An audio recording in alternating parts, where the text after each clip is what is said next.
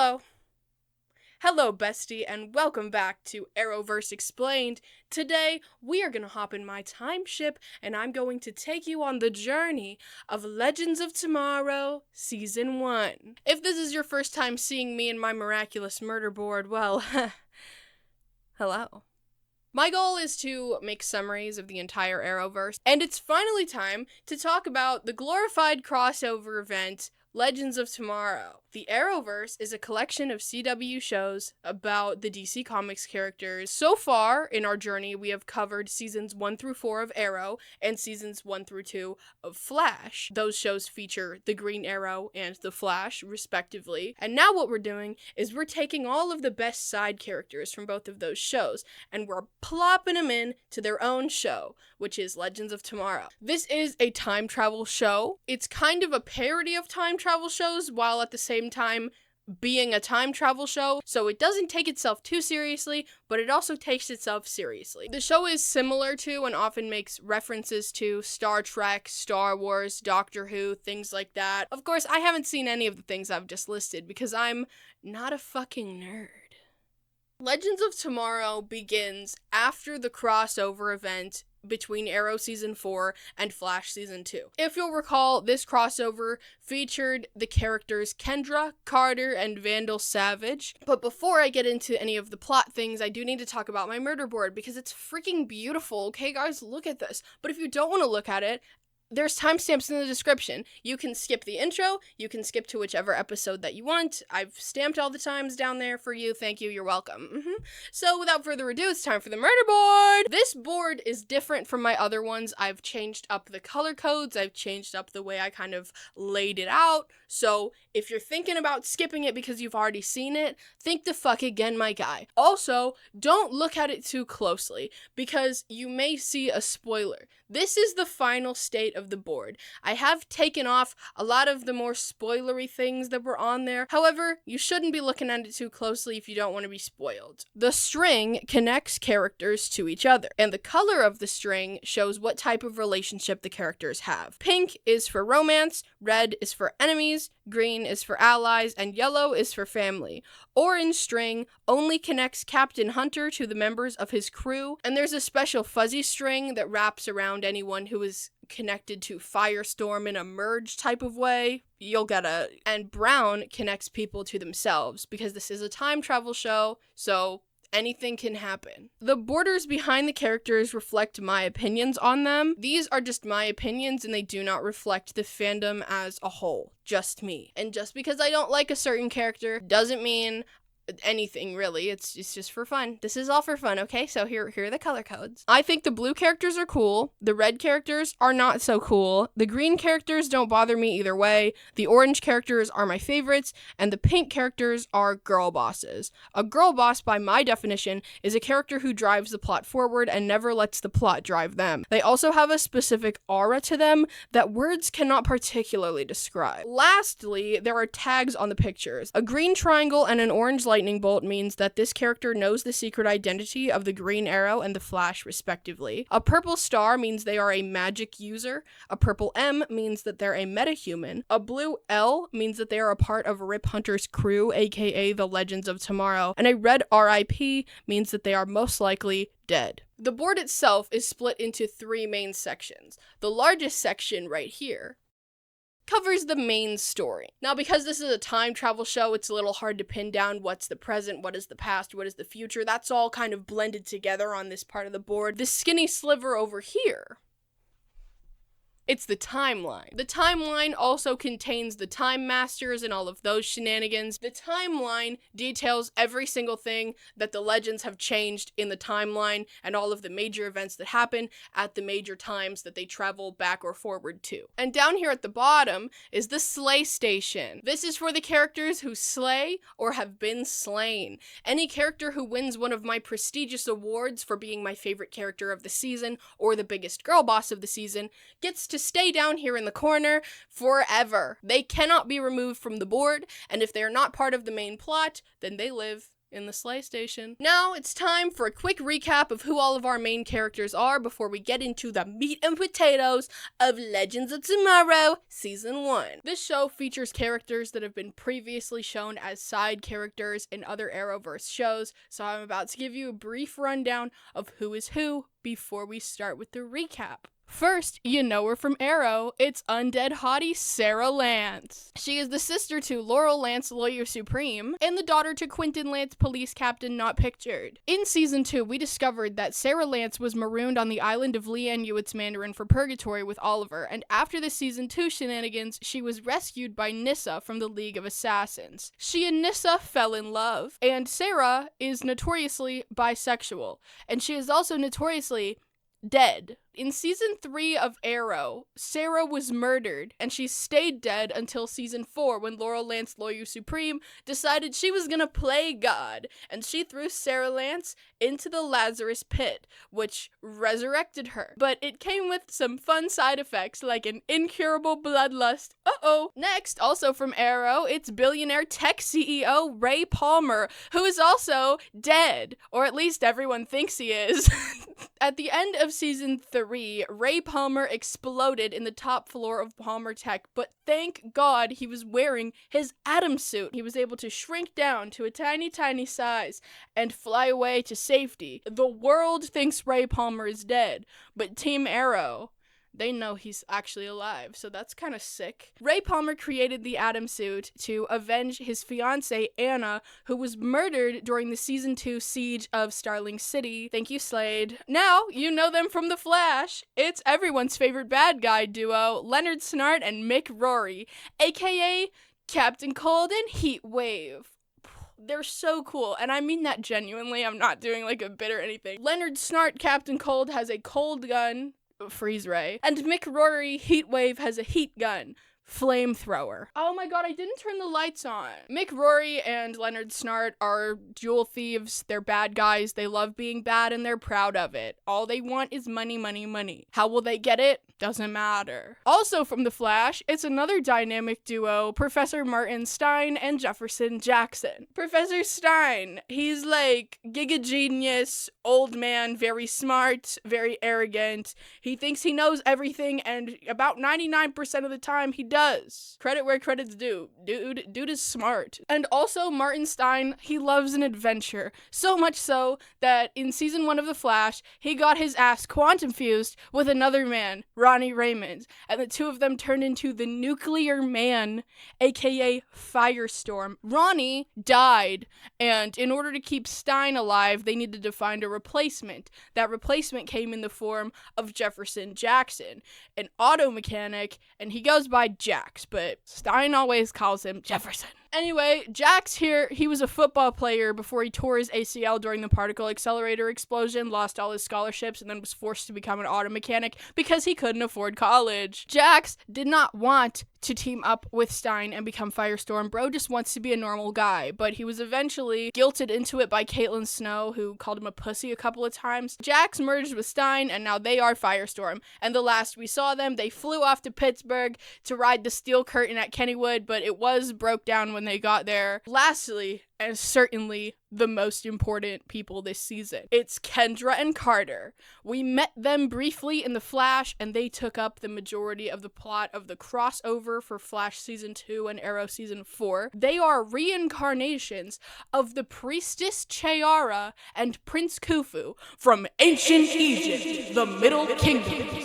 The two of them had an ancient Egypt, the Middle Kingdoms, love affair, and Vandal Savage was jealous because he was also in love with Chayara, so he killed both of them, but she recited some kind of voodoo love poem before they died, and now Chayara and Khufu reincarnate, and Vandal Savage is immortal. And in order for Mr. Savage to maintain his immortality, he has to kill Kendra and Carter over and over and over again, to the point where it's been 206 times. Savage got a body count. So Kendra and Carter, that's who they are now. They've reincarnated to 2016.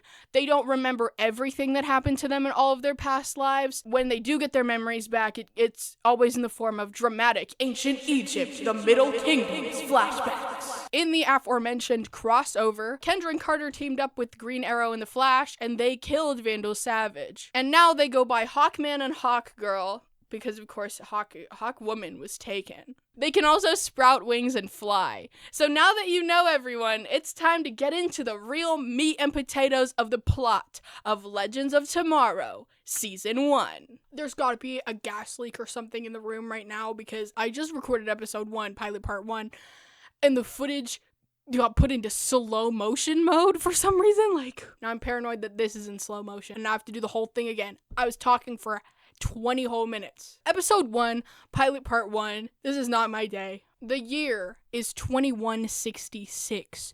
We open on a futuristic war. Laser guns, pew pew pew. Bombs, bang bang. Who is leading this army that is conquering the world but Vandal Savage? And to prove just how evil Vandal Savage is, he murders a woman and her son Jonas immediately. Through voiceover, some random British man is explaining that Vandal Savage rose to power and he is conquering the entire world, and that's bad. The man from the voiceover is now standing in a big cylindrical room with a bunch of people in like tiered seating areas, and he is pleading with them to put a stop to Vandal Savage's war. These people are the Time Masters, and the voiceover man is Rip Hunter. The Time Masters say that it's their job to protect the timeline, not to interfere with it, so they will not be stopping Vandal Savage's Earth-conquering war. Rip Hunter, he has had enough of their shit, so he steals a time ship called the Wave Rider, and he flies off to assemble a team of 8 people, and this team is gonna defeat Vandal Savage. Title screen. Rip Hunter recruits the people that he wants on his team, starting with Ray Palmer and Sarah Lance from Arrow. Then he goes after Firestorm and Snart and McRory, and then Kendra and Carter, Hawkman and Hawkgirl, because Hawkwoman was taken. He gathers up these 8 people and he's like, "Hey guys," but he says it in a British way. Hello, everyone. I've gathered you here today because you're gonna get in my time machine and we are gonna save the world from Vandal Savage. And he shows them a hologram of the world in 2166 burning in fire and war. And they're all like, ew. Snart and Mick are like, nah, we're out, okay? We're criminals. Rip tells them that if they get on this ship, they will go down in history as legends. But if they don't get on the ship, then their lives will be meaningless and useless. Now, before we go any further, we need to address the cast, the so-called legends, as it were, because this cast is stacked. Let's start with Captain Rip Hunter himself, Arthur Darvill. He was an actor on the hit British show Doctor Who, and he played one of the companions of the 11th Doctor, Rory. I did not know this information. I found it on the IMDb page because I've never seen Doctor Who and I do not want to. Sorry, Hannah. Scrolling further down Arthur Darvill's IMDb page reveals that in the movie Sex, Drugs, and Rock and Roll, he played a character called Mick. Mick and Rory meet Mick Rory. I love a coincidence. Dominic Purcell, the actor who plays Mick Rory, was on a singular episode of House MD. The only Doctor Who I care about is Dr. House. Boots the Dr. House down. You know who else was on a single episode of House MD? Wentworth Miller, the dude who plays Captain Cold. These two, they cannot get enough of each other, okay? They play a team of criminals in the Arrowverse, they play a team of criminals in Prison Break, and from a cursory Google search, it appears they will be teaming up yet again as a pair of criminals in an upcoming project called Snatch Back, which sounds like a word you'd hear on RuPaul's Drag Race. Lady Gaga was a guest judge on RuPaul's Drag Race. Katie Lotz, the actor who plays Sarah Lance, was a backup dancer for Lady Gaga in the Paparazzi music video. Katie Lotz has been a backup dancer in a lot of music videos. I found a playlist. Some of the highlights are Evacuate the Dance Floor, Selena Gomez's music video for Tell Me Something I Don't Know. She was in this.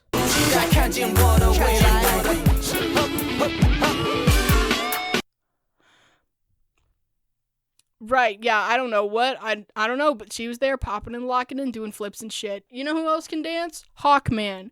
More specifically, the actor who plays him, Falk Henschel. He was in a movie called Street Dance 2, Street Dance One Word, and he did in fact dance. Get excited for the dance battle between Hawkman and Sarah Lance because it's about to be so lit when that goes down. You can't dance without music, and who knows that better than music video star Brandon Routh? Yeah, I bet you were expecting me to make the super obvious observation about this man's career, but I will not. Instead, let me call attention to Christina Aguilera's music video, What a Girl Wants, where Brandon Routh can be seen awkwardly headbanging in the background while Christina Aguilera dances in front of a bunch of men. Go to timestamp 250 and focus on the man in the maroon shirt, I beg, but do it after this video. In a more recent music video appearance, Brandon Routh was in a love affair with red-haired Taylor Swift, and he fumbled that bag so hard. You know who else fumbled Taylor Swift? Maddie Healy from the 1975. You know what else happened in 1975? A cargo ship sank in Lake Superior, killing 29 people. You know what other ship sank and killed a lot of people? The Titanic. You know who was the captain of the Titanic? Victor Garber.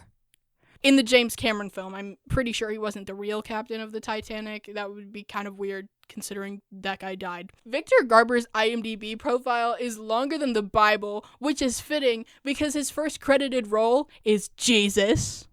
The other half of Firestorm, Franz Franz, he's way less notable. He's been in way less things. His IMDb page is scarce. His Instagram links to a Twitch page with 88 followers, which just links back to his Instagram. And I've discovered that you can get a cardboard cutout of him for $79.97 on celebritycutouts.com. $79.97 is a palindrome. You know what else is a palindrome? Race car. Perhaps the most famous race car in history is Lightning McQueen, voiced by Owen Wilson. Owen Wilson just so happened to star in the not Bob Ross movie Paint, which got a 31% on Rotten Tomatoes. Who else was in the not Bob Ross movie Paint that got a 31% on Rotten Tomatoes? Sierra Renee, Hawk Girl. Why was she in this movie? I don't know. I guess times were tough. Anyway, back to Legends. Okay, so everyone is debating whether or not they want to hop on the time ship with Rip Hunter. Ray is like all for it. Mick and Snart see this as an opportunity to do some real thieving, okay? Imagine going back in time and stealing the Mona Lisa right off Da Vinci's easel. Now, Hawkman and Hawkgirl kind of get into a little fight because Hawkman wants to go, but Hawkgirl doesn't, so they spar, and the winner will get to decide. Sarah is like, Laurel Lance, Lawyer Supreme, my bestie sister. I don't know what I want to do, okay? Because on one hand, being a legend sounds kind of dope, but also, am I legend material? I have such a darkness inside me. Everything is black. Laurel Lance, Lawyer Supreme, Sister Supreme is like, hey, how about you step out of the darkness and you become the light that you need. Become the White Canary. And she gives her a costume made by Cisco Ramon from Star Labs to go along with her brandy new name. Jax and Stein, they're having a little bit of a debate, okay? Because Jax notoriously just wants to be a normal guy, okay? But Stein loves an adventure, and the adventure of a lifetime awaits them. I mean, they're going to get in a time machine. They could go back in time and witness history as it happens. And I mean, Stein's not even that much of a history buff, but it's so just, the idea is so titillating for him. He just has to go. But Jax is like, no. And so Stein roofies Jax, okay? This is another one of the many reasons why I am Stein's biggest hater, alright? Because you can't roofie someone, like, what the hell? Why is it pink? What? No, that's supposed to be red. I don't remember doing that. Anyway, the team is rallied, the Avengers assemble, they get on the time ship. The team meets Gideon. Gideon, she is the AI that runs the ship. Rip Hunter might be the time master, you might be the captain of the ship, but Gideon, she's doing all the heavy lifting. So Rip explains to the legends, who everyone is there, Kendra Carter, Sarah Ray, the Firestorm, the criminals, they're all here. And he's like, hey, all right, we're gonna go talk to Professor Aldous Boardman in 1970-something, and he is gonna give us some information about Savage. Savage is very hard for them to track throughout history. Rip has quantum computers and what the fuck ever to like see the timeline, but he cannot find Vandal Savage. So they're gonna go chat with Aldous, who is the world's only expert on Vandal Savage. They all strap in and get ready for their first time jump. Time jumps can have side effects, including like vomit, nageting vudeja. Jax wakes up mid-time jump. He starts freaking the fuck out. He's like, what the hell, bro? You kidnapped me, dude. So they arrive in 1975. They split off into the groups, A-Team and B-Team. A-Team is gonna go talk to Aldous Boardman and get the info. B-Team is gonna stay on the ship. A-Team includes Rip, Ray, Stein, Kendra, and Carter. B-Team includes the criminals, the assassin, and Jax, because Jax doesn't want to be anywhere near Professor Rufy Stein. A-Team chats with Aldous Boardman. Aldous Boardman talks like a narrator from a History Channel show. He talks very grandiosely, and he pauses for dramatic effect. The syllables are all enunciated in a very specific way. He explains the backstory. Savage was in love with Chayara. Chayara was in love with Khufu. Ancient Egypt love triangle. Death happened, magic happened, reincarnation happened, immortality happened, and bada bing, bada boom, bada bam. He thinks he knows where Vandal Savage is. Also, bombshell, Aldous Boardman is the son of Kendra and Carter. So the B-Team doesn't want to hang out on the ship. No. They want to go get drunk at a bar in the 70s, okay, because of course they do. But they leave Jax, because Jax is a little boy, and bars are for adults. So the criminals and the assassin go to a bar, they start a bar fight, and then they head out. The A-Team is also heading out because Stein can use his firestorm senses to sense that there's something wrong with Jax, okay? He's panicking, there's something wrong at the Wave Rider, so they all go back to the Wave Rider. There's a guy, and he's shooting up the ship. A big fight breaks out. The B-Team gets there just in time to help with the fight. Sarah Lance actually drives a car into their attacker. I really should have started a tally for the amount of times people get run over with cars in this fucking show, like in the Arrowverse in general. During this fight with their random attacker, Aldous gets hit with a laser gun. The team gets into the ship, and then they fly off into the sky. They cannot time jump while Aldous is injured because that would like fuck him up extra.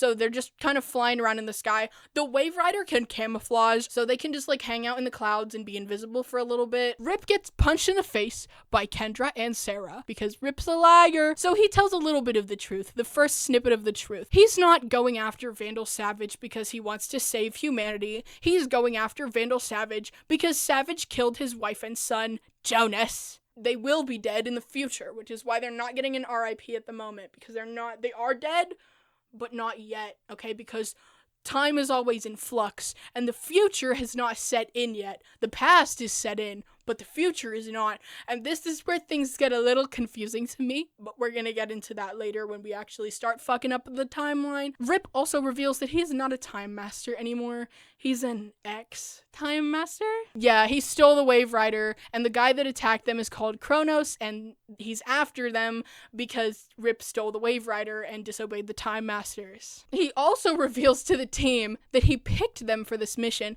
because removing them from the timeline has basically no effect on the timeline.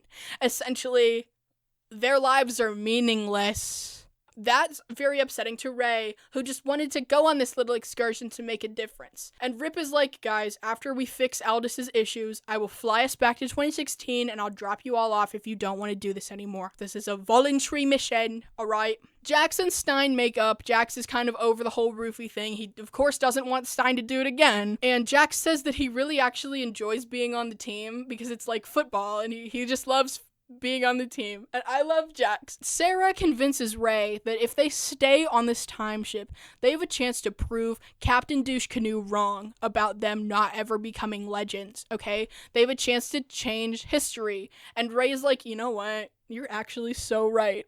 Aldous dies on the ship, and everyone agrees that they're gonna keep going. They travel to Norway, still in 1975, and what is Savage doing in Norway?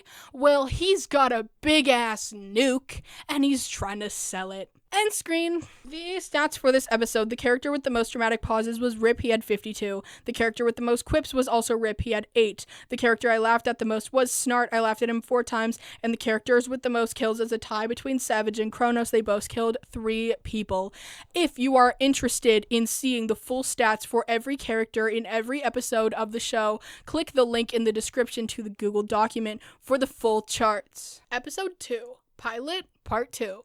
Norway, 1975. Rip informs the Legends that Savage is attempting to sell a nuke, which is not good. He attempts to, give the team some orders for how to go about stopping this arms deal, but the Legends want nothing to do with Rip and his orders, okay, because he lied to them. The Wave Rider has a fabricator that can create era-appropriate indigenous fashion. They can just, walk into the VIP room of Dress to Impress and come out wearing whatever the hell they want to look era-appropriate. Stein takes the lead on this little operation because he kind of knows a little bit about history. He puts on this tough guy act, gets his way into the black market. Stein is on the cusp of entering his girl boss era, and I'm terrified about that. I want to be Stein's biggest hater, but he's making it very hard. He's becoming a likable character. I'm so scared. A bunch of really bad guys are here, including a cameo from Damien DeHark. Bro, what are you doing here at the Vandal Savage Arms deal, Norway, 1975? Stein ends up getting into a confrontation with Savage, and he says some very blatant time traveler shit, which alerts Savage that he is in fact a time traveler. Huge fight breaks out at the arms deal. The nuke is about to explode, and Sarah's like, guys, we got a little problem over here. They stop the nuke, but Savage does get away. Title screen. When the team returns to the ship, Rip greets them with a slow clap and a little smug grin. He's like, yeah, how'd that go without me, guys? Ray lost a chunk of his Atom suit, and now Vandal Savage has a little piece of Ray's suit, and he's gonna use that future tech to create an army, and he's gonna bring the end of the world a lot faster now than he was before. So instead of 2166 being when he destroys the world, now it's 2016. So the team obviously needs to find the piece of Ray's suit before Vandal Savage is able to figure out how it works and harness its power to create an army of evil atom suits that take over the world in 2016. Stein has the brilliant idea that they can track the alpha particles on Ray's suit using a device that young Stein created. It's in his lab currently in 1975. So all they have to do is have a chat with Stein's younger self, get the alpha tracker, and then find the alpha particles on Ray's suit, and then bada bing bada boom, day is saved. Rip is like, I don't think it's a great idea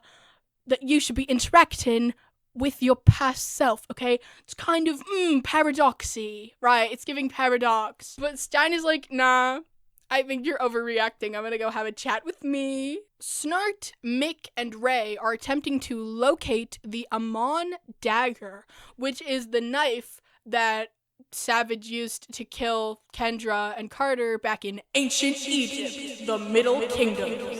They can use it to kill Savage because only items present on the night of their first death can be used to kill Savage for real.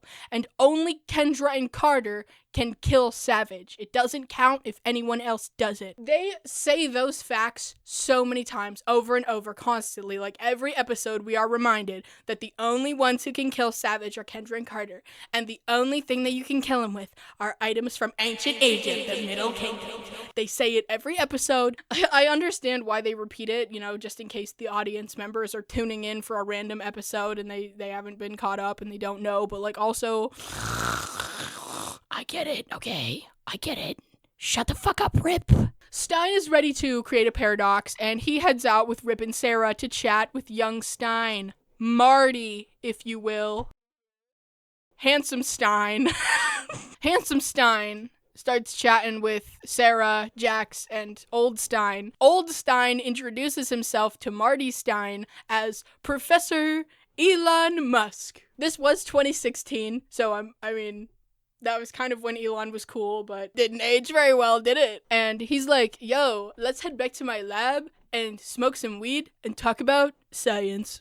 Carter is attempting to get Kendra to remember how to read hieroglyphics because apparently she is the only one in history who knows how to read hieroglyphics, but she can't remember. In the process, she sees a flashback of the two of them passionately making out, and she's shocked by this. She's been told that her and Carter are reincarnated lovers, but she doesn't really feel any love for Carter at this point. She's kind of fed up with this whole destiny, predetermined, I have to fall in love with this man. She kind of doesn't want to fall in love with Carter just like because she's told that she needs to, or because she's told that she has this destiny to. So seeing an actual flashback of the two of them like being in love is jarring for her, even though she's already seen other flashbacks of the two of them making out, so I don't understand why this one in particular really struck a chord with her. Like, she needs to make sense.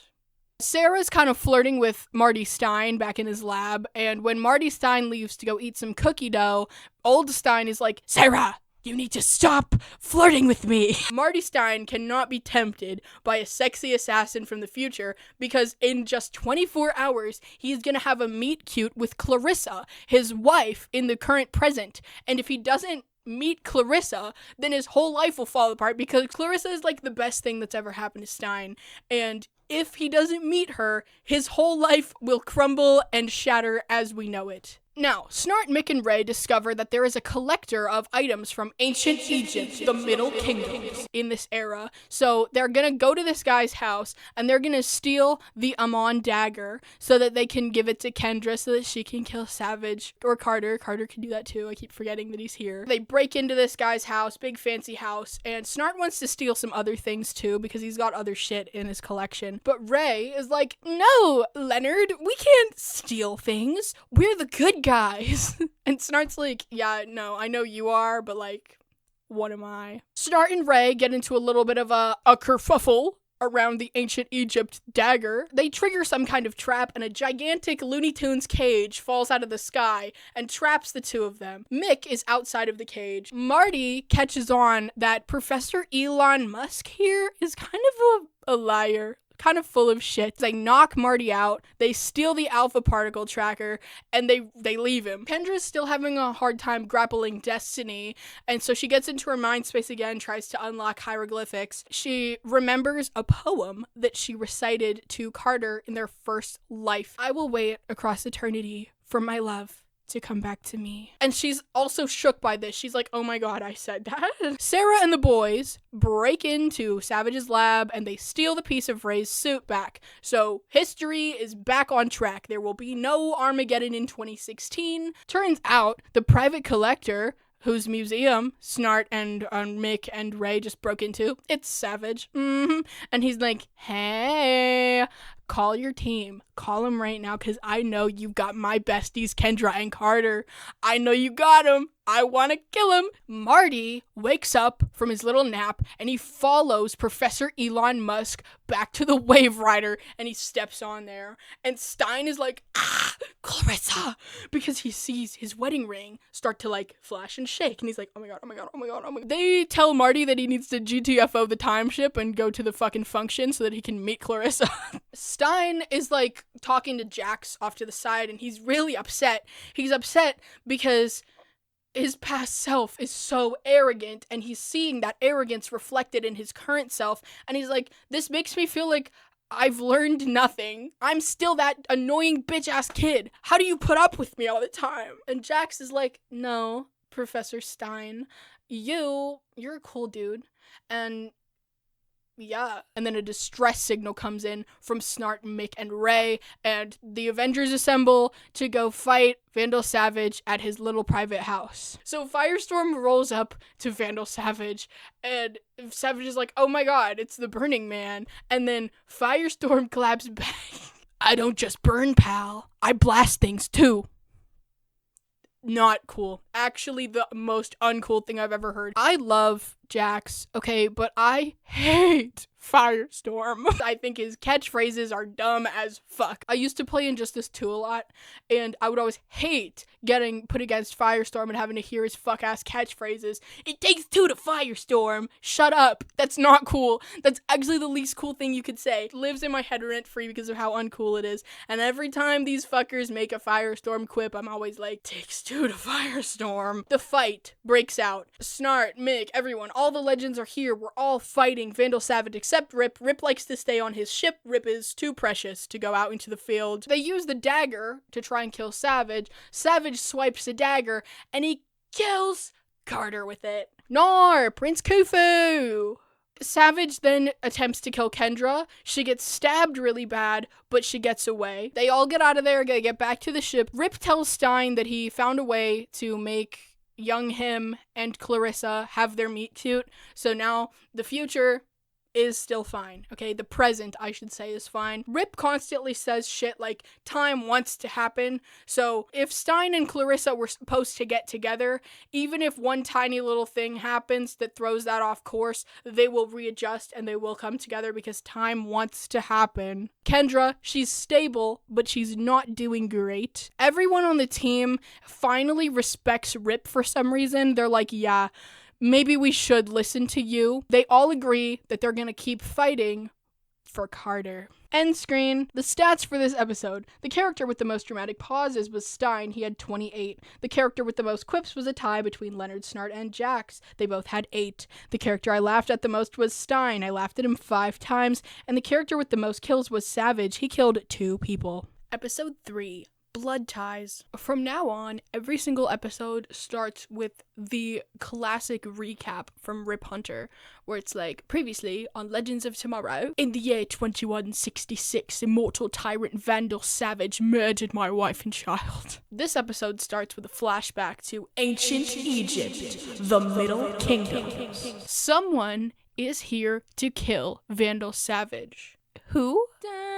Rip. Title screen. So they're still in 1975, but they are now in Germany. Kendra's not doing too hot. The dagger that she was stabbed with, a piece of it is still inside of her, and it is slowly moving towards her heart. It's really giving Damien Dark at the end of Arrow Season 4. Also, they can't time jump because the ship is damaged. So Rip ropes Jax into fixing it because he's an auto mechanic. So magical time machine, spaceship is probably the same thing as a car when you think about it. They both have an engine. So Jax is repairing the jump ship, which is a smaller time ship that's kind of attached to the Wave Rider, like an emergency evacuation ship. It's like a life raft on the Titanic that Victor Garber was the captain of. So Rip tries to rally the troops. He gives a big inspiring speech, but Sarah sees right through that shit. She knows that Rip Hunter has no plan, so she's like, hey, I have an idea. We need to go after Savage's money, because if Savage doesn't have any money, then he won't have any power, because obviously all the most powerful people have to have a lot of money. And they ask Gideon, her AI, where Savage keeps his money, and she's like, it's at this big fancy bank. And then, of course, Leonard Snart rolls in and is like, did somebody say bank?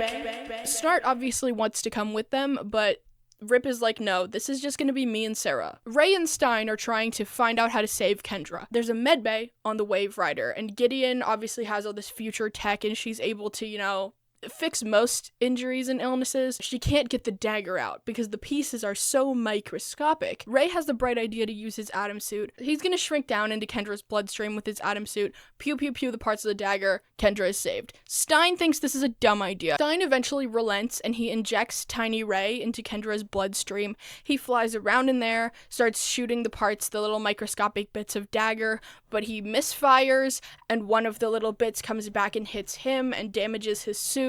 So he has to be emergency evac'd from Kendra's bloodstream. Sarah and Rip arrive at Savage's fancy bank looking fancy themselves, and they have this rare artifact. They try and get a consultation with these people. They're just doing recon. They just want to see if Savage's money is here. They're not trying to do a heist or anything. They're just looking around. The people at this bank, the workers, they're specially trained assassins. So of course, a fight breaks out when these elite killers discover that Sarah and Rip are trying to steal Savage's money. Sarah kills 3 people, and she's about to make it 4 before Rip stops her, saying that they need that man alive to get information out of. She didn't want to kill those people. That's the Lazarus Pit bloodlust that she can't really get over, and she tells Rip that she's a monster. Jax is tinkering with the jump ship when Mick and Snart show up, and they're like, ooh, jump ship, real cute. You know how to fly this thing? And Jax is like, yeah, I read the manual. I know how to pilot the ship. I fixed it too, like it's fully operational. Snart and Mick convince Jax to fly them to Central City so that they can steal a diamond. Ray is feeling really down because he wasn't able to save Kendra, and he doesn't even know if it's worth repairing his suit to go back in and try again because he feels like he can't do it.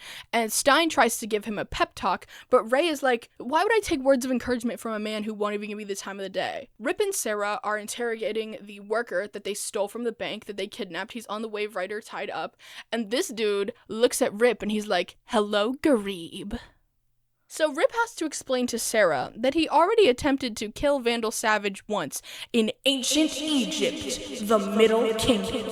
He went back on a solo mission. He got into a fight with Vandal Savage before he became immortal, and he had Vandal Savage, like he was about to kill him, but he hesitated, and Savage was able to gain the upper hand again and obviously survive. And Rip says that Sarah's not a monster because she has a bloodlust, but he is a monster because he wasn't able to do what needed to be done to save his family. The hostage tells them that there is going to be some sort of ritual with the vessel, aka Carter's dead body, and he gives them all the deets because he wants them to go, because obviously if they show up there, Savage will be able to kill them. Sarah and Rip attempt to assemble the team, but nobody is on board. In Central City 1975, the heist is a go. Snart and Mick steal the emerald. The whole point of Snart stealing this diamond is to give it to his father, who was about to get arrested the very next day for stealing that exact diamond. And he hopes that by giving him the diamond, this will prevent his father from going to jail. Because when his father gets out of jail, he is like really mean to Leonard and his sister, and he's hoping that if he doesn't go to jail, then his father would never go on a mean streak and he would raise them better. He gets the pep talk he needs from Stein, gets back into Kendra's bloodstream, and successfully saves her from the bits of the dagger. Snart returns to his childhood home, gives his father the emerald. He has a confrontation with Lewis. He tells him, hey, I'm giving you this emerald. I'm preventing you from going to jail, and you better treat your kids right, because I will fucking know if you don't. Rip and Sarah sneak into Savage's little cult event. They get caught immediately by Vandal Savage's supporters and brought into a culty red room, Carter's body on a table, laying there. Savage explains to them that he doesn't need money to have power here because his elite supporters, they don't support him because he's rich. They support him because they believe in him, because he's literally a god walking on earth. And every so often, after he kills Kendra and Carter, he can share some of his immortality with his most loyal supporters. How? By having them drink Carter's blood. Yummy. Savage remembers Garib, okay? This is the first time that we are seeing Savage and Rip confront each other, and Garib is Savage's biggest op. Okay, Kendra and Carter, they might be trying to kill him, but they're easy pickings. Garib, that motherfucker is his number one enemy. Savage taunts Garib. He's like, yo, I can't wait to get to the future and kill your family. It's all I think about. I go to sleep at night and I dream about murdering them. And he steals Rip's locket that has a picture of his wife and son in it. The team shows up. They save Rip and Sarah. Rip fights Savage again, and he kills Savage. But because it was Rip who killed him, he's obviously going to be able to be reincarnated again. Character development, right? Like, now Rip is capable of killing Savage. Back on the Wave Rider, after everything dies down, they have Carter's body. Everyone is back from their little trip. Rip tells Snart that despite his best efforts, Lewis still went to jail, okay? This time he got arrested for trying to sell the diamond. And so nothing changed because time wants to happen, okay? There it is again. Time wants to happen. The team has a funeral for Carter. It's really sad. They all kind of like Carter now. Like, here's the deal. Nobody else but Kendra had really interacted with Carter while he was alive, like one-on-one outside of battles. It's not until he's dead and they're all standing around his corpse that everyone's like, yes, our fallen brother. Like, okay. Do you guys even know him? After an inspiring speech from Rip, the team heads to the 80s. End screen. The stats for this episode, the character with the most dramatic pauses was Rip, he had 41. The character with the most quips was also Rip, he had 11. And the character that I laughed at the most was Leonard Snart. I laughed at him 6 times. The character with the most kills was Sarah, she killed 3 people.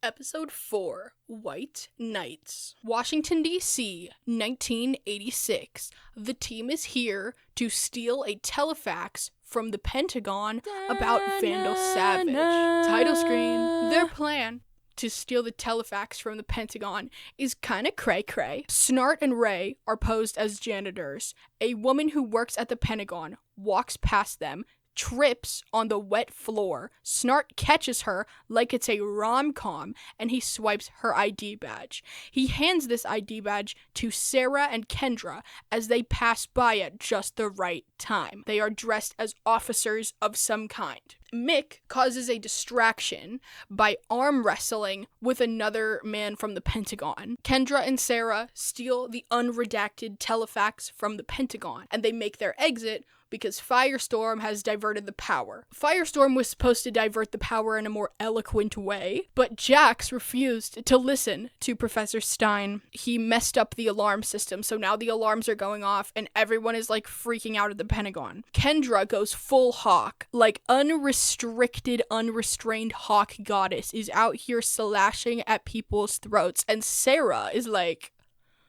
Rip is like screaming through the comms for them all to abort the fucking mission. When they all get back to the Wave Rider, Stein blames Jax for everything going wrong because if that boy would have just listened to him about the AC power flow, then we wouldn't even be here. Sarah's like, no, Jax, Stein, this wasn't your issue.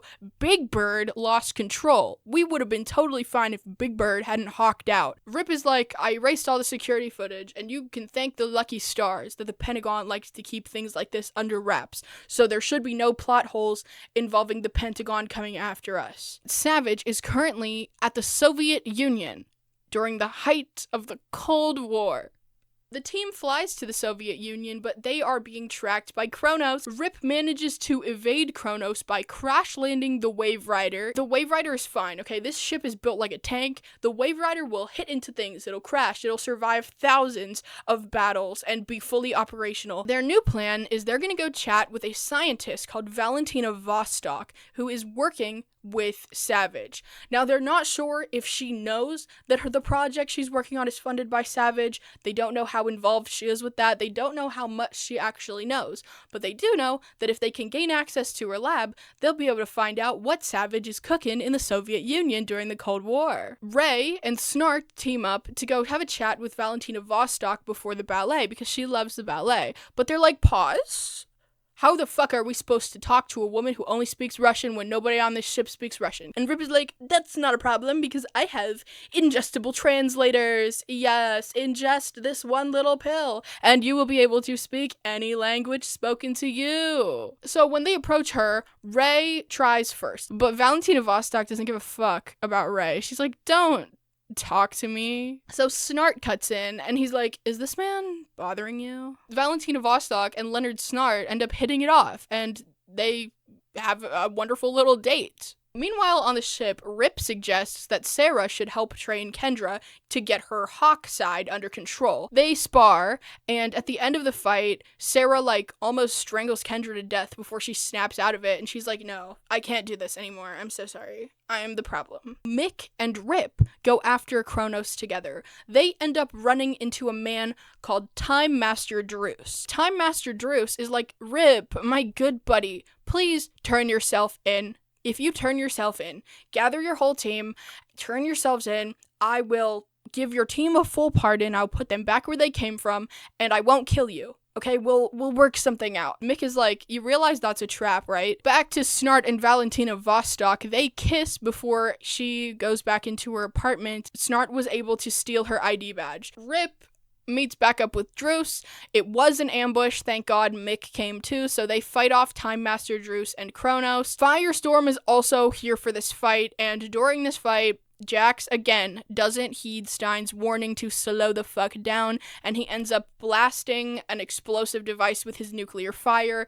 This causes a pushback, and Jax and Stein get forcefully separated from each other, and the team gets back to the Wave Rider. Stein and Jax have a huge shouting match where Stein is like, you need to listen to me. Okay, how many times are you gonna get hurt before you listen to me? And Jax is like, you're not my dad. Stop acting like my dad. I will not be listening to you. Kendra goes up to Sarah and she's like, you and me, we have opposite problems. We have yin and yang problems, okay? I need to embrace my hawk goddess, and you need to embrace your loving heart. So they spar again. The Wave Rider lands near the lab, and Stein wants to go in alone because Jax is in the med bay. He needs medical attention, so we can't Firestorm, but Stein insists that this isn't a job for Firestorm.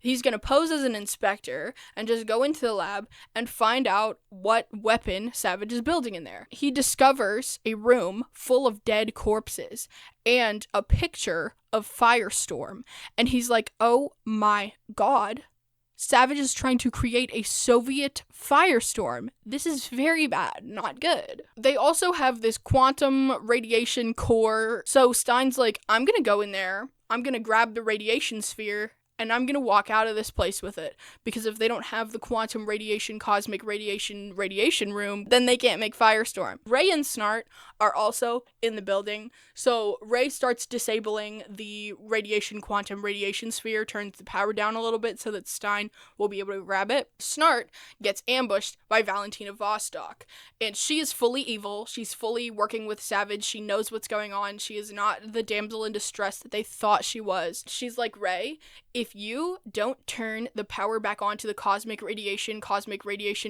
sphere, I will kill Snart right now. So he turns the power back on the cosmic radiation sphere. So Stein is like, well, shit. And then he grabs the cosmic radiation sphere at full power, and he's able to contain it because bro is immune to radiation because he's literally Firestorm. And then he gets ambushed by a bunch of guards. A huge fight breaks out. Snart, Mick, Ray, and Stein are in the lab. They're under attack. Snart ends up grabbing the cosmic radiation core. They put it in a little box, and now Snart can carry it out of there. But the rest of the team gets captured. Now, Snart wants to go back for Mick because the two of them are brothers and they never leave each other behind. But Rip insists that Snart needs to leave Mick behind, Mick and everyone else, because the cosmic radiation sphere is the most important objective and they need to get that out of there, leaving Mick, Ray, and Stein captured by the Soviets. End screen. These stats for this episode. The character with the most dramatic pauses was Stein. He had 31. The character with the most quips was Snart. He had 15. And the character I laughed at the most was also Snart. I laughed at him 5 times. There were no kills this episode. Episode 5. Failsafe. Savage and Vostok are using hallucinogenic drugs on Professor Martin Stein because they want the formula for Firestorm. He is in a divergent level simulation, but he realizes that it's a simulation because Martin Stein is divergent as hell. Savage threatens him, tells him that he's BFFs with Joseph Stalin and he knows a million ways to torture a man. And Stein says that no matter what, he will not be giving away the Firestorm formula. Title screen. In the Wave Rider, Rip is planning a gulag heist because they need to save their team and they need to get Stein out of there, most importantly. It will be really, really bad if the Soviets discover that Stein is Firestorm. They need to get him out of there before that happens. Now, I'm just confused because bro went into the cosmic radiation chamber and touched the cosmic radiation sphere. And Vostok and Savage saw that and they're not like, Sarah, Rip, and Snart go talk to Yuri the Bear, a Bratva captain. Only the Bratva can get into the gulag. There's like a whole underground gang prison trade, whatever. So the Bratva know how to get into the gulag. They have men inside. The plan is Sarah and Snart will go into the gulag by themselves. They will save Stein and extract the remaining members of their team. Kendra cannot go into the gulag because Savage will sense her, and if he kills Kendra, then their whole plan is cooked because Kendra is the only one who can kill Savage, so she needs to be benched. And Jax can't go into the gulag because if they find out that he is also Firestorm, then that will just make things way worse. Rip pulls Sarah aside and he's like, hey, if you can't get him out, you gotta kill Stein. Now, Snart's not an idiot. He knows that Rip wants Sarah to kill Stein. And so he says, Sarah, you should not kill Stein, okay? I'm a criminal. Criminals have a code. Rip Hunter, he doesn't have a code, and he's pissing me off, frankly.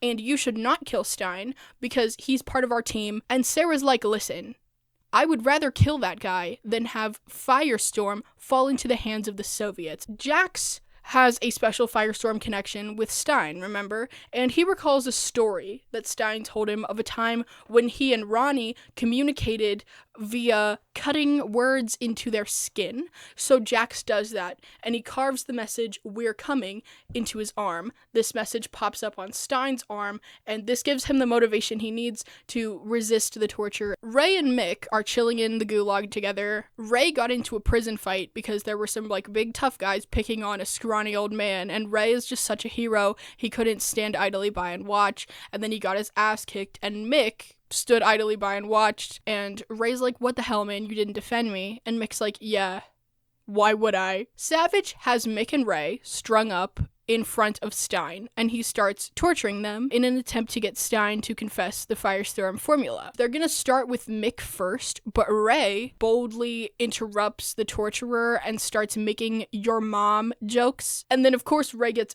his ass kicked for that. And then Stein is like, okay, stop.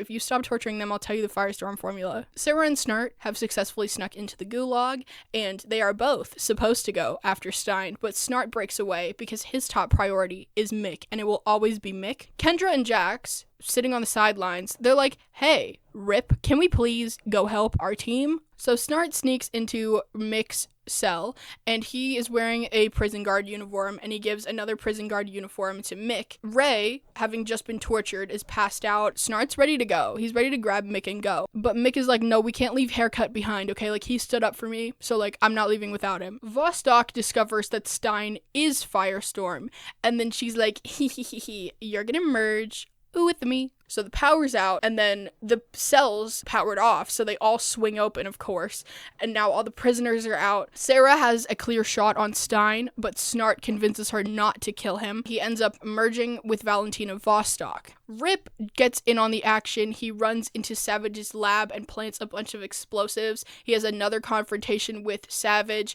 and then he blows up the entire lab. Vostok and Stein are now their own little Firestorm. They are unstable because Vostok does not have the matrix thingamabobber that will allow them to properly separate. So if they separate, Vostok will go nuclear. Jax is there, and he's talking to Stein. He's trying to get Stein's mind to overpower hers, and it works, and then Stein is free. Vostok, she's about to go nuclear, right? So everyone has to GTFO the gulag, and then the entire thing blows up mushroom cloud style. Jax and Stein come to the conclusion that they make a really good team, actually, and so Stein will be less aggressive. Rip and Sarah have a discussion about how she didn't kill Stein, and then they're like, hey, maybe we should not tell Stein that we were gonna do that, okay? Maybe let's keep this one on the DL. The ship hits some insane turbulence. Of course, it's an explosive projectile from our best friend, Kronos. They end up falling out of the time stream. I haven't addressed the time stream, right? So they can, chill out in the time stream, which is, I don't know how to describe it, I really don't. Wormhole vibes, they can just chill out in the time stream, and the only people who can interact with them while they're in the time stream are other time ships, right? So Kronos. And they land in Star City 2046, and they are confronted by the Star City 2046 Green Arrow, who is definitely not Oliver. End screen. These stats for this episode: the character with the most dramatic pauses was Stein, he had 20. The character with the most quips was Leonard Snart with 7. The character I laughed at the most was Ray, he got me 4 times. And the character with the most kills is Valentina Vostok for blowing up an entire gulag. Episode 6, Star City 2046. The team is currently in a fight with not Oliver Green Arrow. This guy's hostile, and Sarah keeps trying to call to him. She's like, Oliver, it's me, bro. It's me, Sarah, your ex-girlfriend, and the sister of your other ex-girlfriend. They return to the ship after getting absolutely styled on by not Oliver Green Arrow. Title screen. Rip explains to Sarah and everyone that the future is not set. Time is in flux. And 2046 is definitively in the future. So this is where I get a little bit confused, right? Because the past is set in. Like, certain events in time are permanently set in. But the future is in flux. So what qualifies as the past and what qualifies as the future? Where is the point in the timeline that is definitively the present? Is 2016 the present? Are we following along with the present? But then that's also confusing, because if Rip Hunter is the present, when he goes back to the past, does the past become the present? It doesn't make sense to say that the future isn't set in yet, but when they get there, then it is. There are other time masters out here who could potentially go back into the past and make the past the present and then undo the future. I don't think that we're supposed to be thinking about this. We're not supposed to overanalyze it, but I don't think I'm overanalyzing. I think I'm just generally analyzing. I haven't even gotten to the over part yet. Like, I'm just confused. Rip says that they should not get involved with not Oliver Green Arrow or anyone in 2046. He says that they need to repair the ship and then stop Savage, and then he'll take them all back to 2016 and they can prevent this terrible post-apocalyptic ass looking future. Rip is like, OMG, Gideon is down and we need to get a specialized part to power her back up. He wants Sarah to sit this one out, but she absolutely refuses to be sidelined because this is her home and she wants to know what happened here. Kendra and Ray pair off together to do some mechanicking. They're not really mechanicking, they're just fiddling with a circuit board, and they start kind of flirting. They're on open comms, so Stein and Jax can hear, and Stein starts to get all frustrated by this. He's like, you guys need to shut the hell up and be professional on the comms. Why am I so upset? Like, I'm not upset. Jax is upset, and Jax reveals that he kind of has a little itty-bitty crush on Kendra. Stein fully encourages Jax to approach Kendra. In the streets of Star City 2046, Mick and Snart get into a fight with a big shot gang leader. They defeat the gang leader. Mick takes the gang leader's jacket, and he is the leader now. And everyone is like, OMG, you're so much cooler than that last guy, and they all rally around him. Sarah and Rip approach not Oliver Green Arrow, and he reveals that his name is Connor Hawk. He says that Oliver Queen hasn't been the Green Arrow since the Uprising. What uprising? The Deathstroke Uprising. Deathstroke? Sarah asks, all confused. She's like, we locked Slade Wilson up on Leanne Ewan's Manor for Purgatory. And Connor Hawk is like, no, bitch. I'm not talking about Slade Wilson, I'm talking about his son Grant Wilson, who just so happens to stroll up at the spot just as we're talking about him, so they have to make a quick getaway to avoid Deathstroke Grant Wilson. So Jax approaches Kendra, and she speaks to him in the exact same flirtatious way that she was with Ray, which just leads me to believe that that's just kind of how she is. Like, she's just nice, and then men are like, ooh, she's flirting with me. Stein approaches Ray as Jax's wingman, and he's like, hey, Ray, do you by any chance have feelings for Kendra? And he's like, no, dude, I didn't come on this time ship to fall in love. I came here to save the world. So Snart's like, hey, Mick, we have to leave. This has been fun, but we have to go. We have a time ship to get back to. And Mick is like, nah, I'm chilling it up here in 2046. These are my people. These are my streets. Connor Hawk takes Rip and Sarah to the abandoned Arrow Cave because that is where they need to go to find the Smoke Technologies doodad to save Gideon. And inside the Arrow Cave, they find the real Oliver Green Arrow. He's old as fuck, old and gray, the Gray Arrow, if you will. He reveals that Connor Hawk is actually John Diggle Jr., as you could assume, the son of one John Diggle. And he goes by Connor Hawk because he feels like he doesn't deserve his father's name because his father died and he wasn't able to protect him during the uprising. Oliver explains to Sarah that everyone on Team Arrow died and she never came back. So she kind of blames herself. She's like, Oliver, do you think that if I was here, I could have made the difference? And he kind of implies it would have made the difference. Oliver tells them that the repair thing they need for Gideon is at a warehouse, so they go to a warehouse. Back on the time ship, Jax is like, thank you, Stein, so much. Your advice was great. I talked to Kendra. I think we really hit it off. And then Ray approaches Stein, and he's like, yo, Stein, now that you mention it, I do think Kendra's kind of cute, and maybe I do like her, and maybe I will try and flirt with her, actually. Rip tries again to convince Sarah that the world they are currently experiencing is not real. It is fake. It is only a possible future. She is like, okay, this might all be fake and bullshit to you, Mr. Time Master, but these are my people. This is my city. They get their device and they get attacked by Grant Wilson, Deathstroke, and Connor Hawke gets taken. Sarah wants to save Connor, of course, but Rip is like, Connor isn't even real, okay? Like, let's just get back in the Wave Rider and go. We have the Gideon piece. We have to go. But Sarah refuses to leave. So Rip gives her 1 hour to go save Connor before he will fly away without her. Snart knocks Mick out and drags him back to the Wave Rider against his will. It's giving Rufy Stein moment. Snart and Mick get into a huge fight when he regains consciousness, and Mick is like, listen,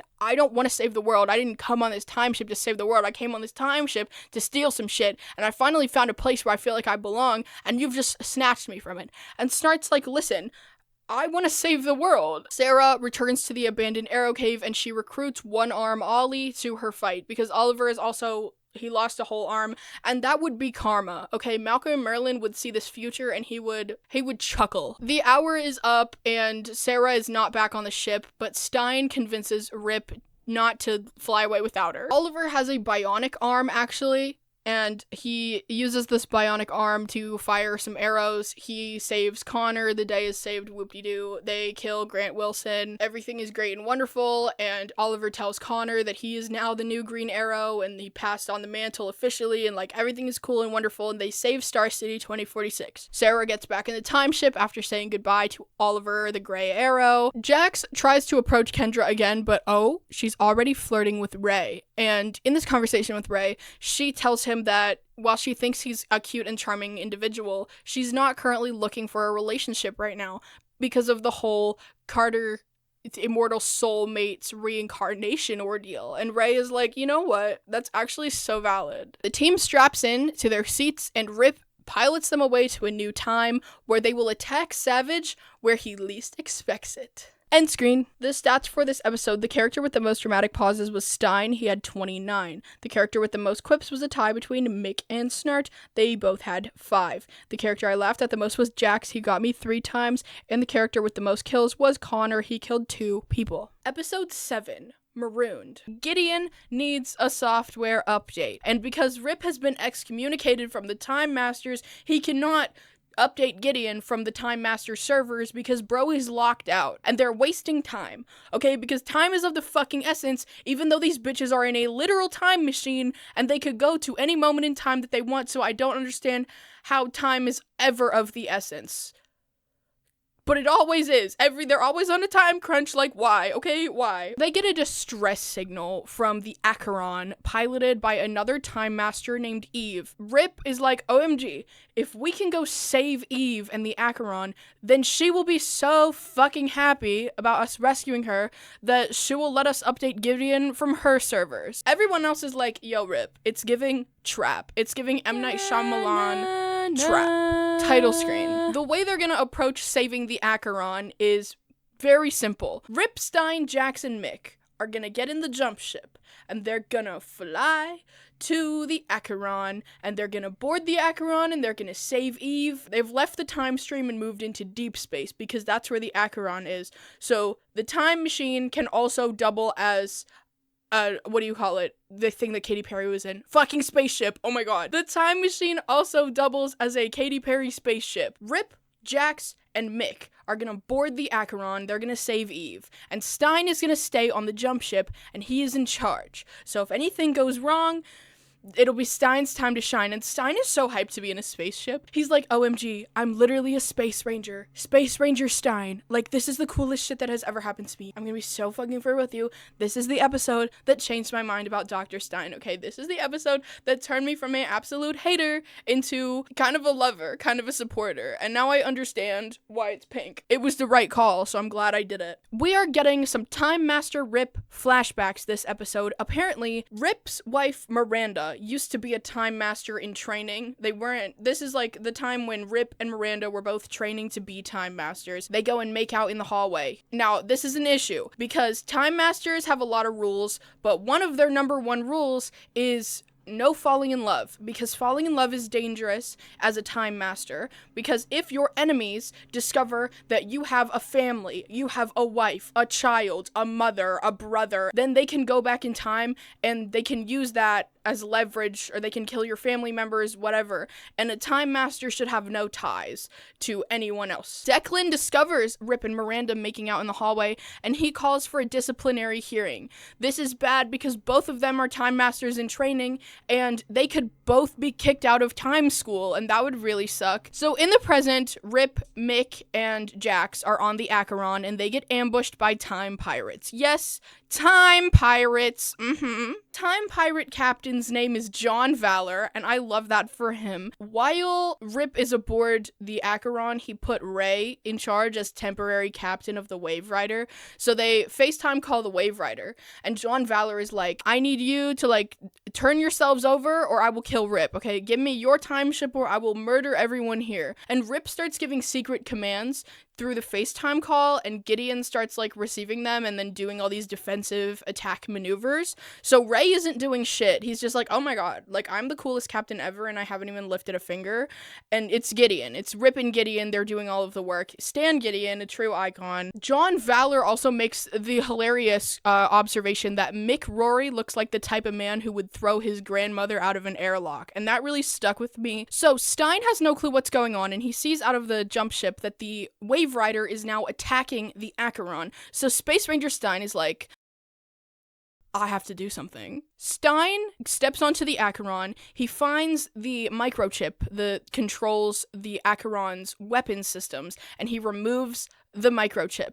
So now the Acheron has no weapons. There is a hole in the Wave Rider because the Acheron was firing at it, so there's a hole in the ship. Not good. You can't really have a hole in a spaceship. The life support system is not looking good, so they need to patch the hole. Ray is manually driving the ship, and Sarah and Snart are attempting to patch this hole. Rip gives another secret command via FaceTime call to the Wave Rider, and John Valor kind of figures out what's going on. Rip, Jax, and Mick are locked up in a cell with Eve Baxter, and she's like, Rip, I hate you. Rip, when this is all over, I'm turning you into the proper authorities, and they're gonna fucking kill you and all of your team members too. I hate you. You suck. How dare you fall in love? You're a bitch for that. Snart and Sarah, they're attempting to patch the hole. They get trapped on the wrong side of the airlock, and now they are stuck in the room with the hole in it, and they're going to fucking die if Ray and Kendra can't figure out how to save him. Ray gets the bright idea to use his Atom suit as a spaceman suit, because apparently the Atom suit can do that. Snart reveals to Sarah that he and Mick met in juvie, and Mick kind of stood up for him because Snart was the small kid. He got picked on and Mick stood up for him, and they've been bestie brothers ever since. If anyone on the Acheron is gonna save our asses, it's gonna be Mick. Like, who else would it be? Then we pan over to Space Ranger Stein, here to save the effing day, am I right? He, off camera, manages to disarm one of the Time Pirates, steal their gun, and then walk back on camera and say, that'll teach you to mess with a nuclear physicist. How did we go from nasty old Stein from The Flash to Space Ranger Stein, Girl Boss Supreme? Like, what? Mick and Rip get into it in the jail cell. Rip reveals by accident that Mick wasn't a part of his original plan. He only wanted Leonard Snart, but Mick had to come too because they're a package deal. And this pisses Mick the fuck off. And he's like, yo, I demand to speak to John Valor. And he makes a deal with Captain John Valor, Time Pirate, that he will give them the Wave Rider in return for his safe return to 2016. In another Time Master flashback, Miranda resigns from the Time Masters, and so Rip gets to be a Time Master, and Miranda doesn't, and Rip's all sad about it, and she's like, Rip, if either one of us is gonna be a Time Master, it should be you. Like, you're clearly the one who wants it more.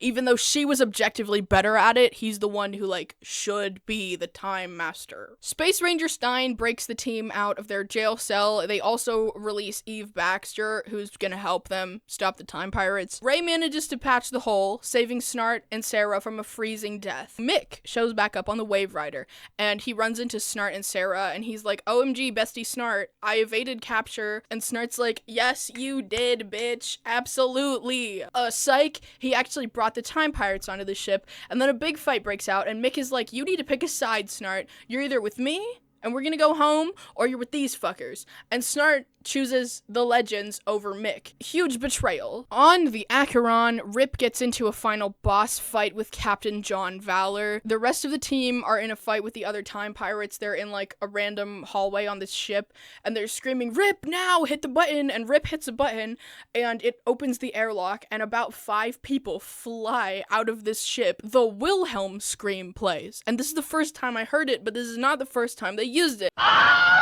It's a goof, it's a gaff. You don't really want to put the Wilhelm scream in anything that's super serious. So it's actually really cool that they used it in Legends, because they do it in kind of like a funny comedic way. They know that it's not serious, but it's also like they sneak it in. They definitely used the Wilhelm scream during the nuke fight in episode 2. Like, for sure, I know I heard it. I did not go back to confirm, but like, I just know. I can just fucking feel it. The fights are done. The Wave Rider is saved. The Acheron is saved. Eve Baxter gives the software update for Gideon, so now they have the coordinates for Vandal Savage at some point in time, and Eve is like, "Listen, Rip, you saved me, and I respect you for that, and you're a great time master, but I still just don't understand how you fell in love. Like, that's super weird." Kendra kisses Ray. This is fucking stupid. This fucking love triangle between Ray and Kendra and Carter is fucking crazy. Why does Ray have to be involved in a love triangle? Okay, he was in the middle of the Olicity love triangle in Arrow, and now he's in the middle of the ancient Egypt, the Middle Kingdoms, Priestess Chayara, Prince Khufu love triangle.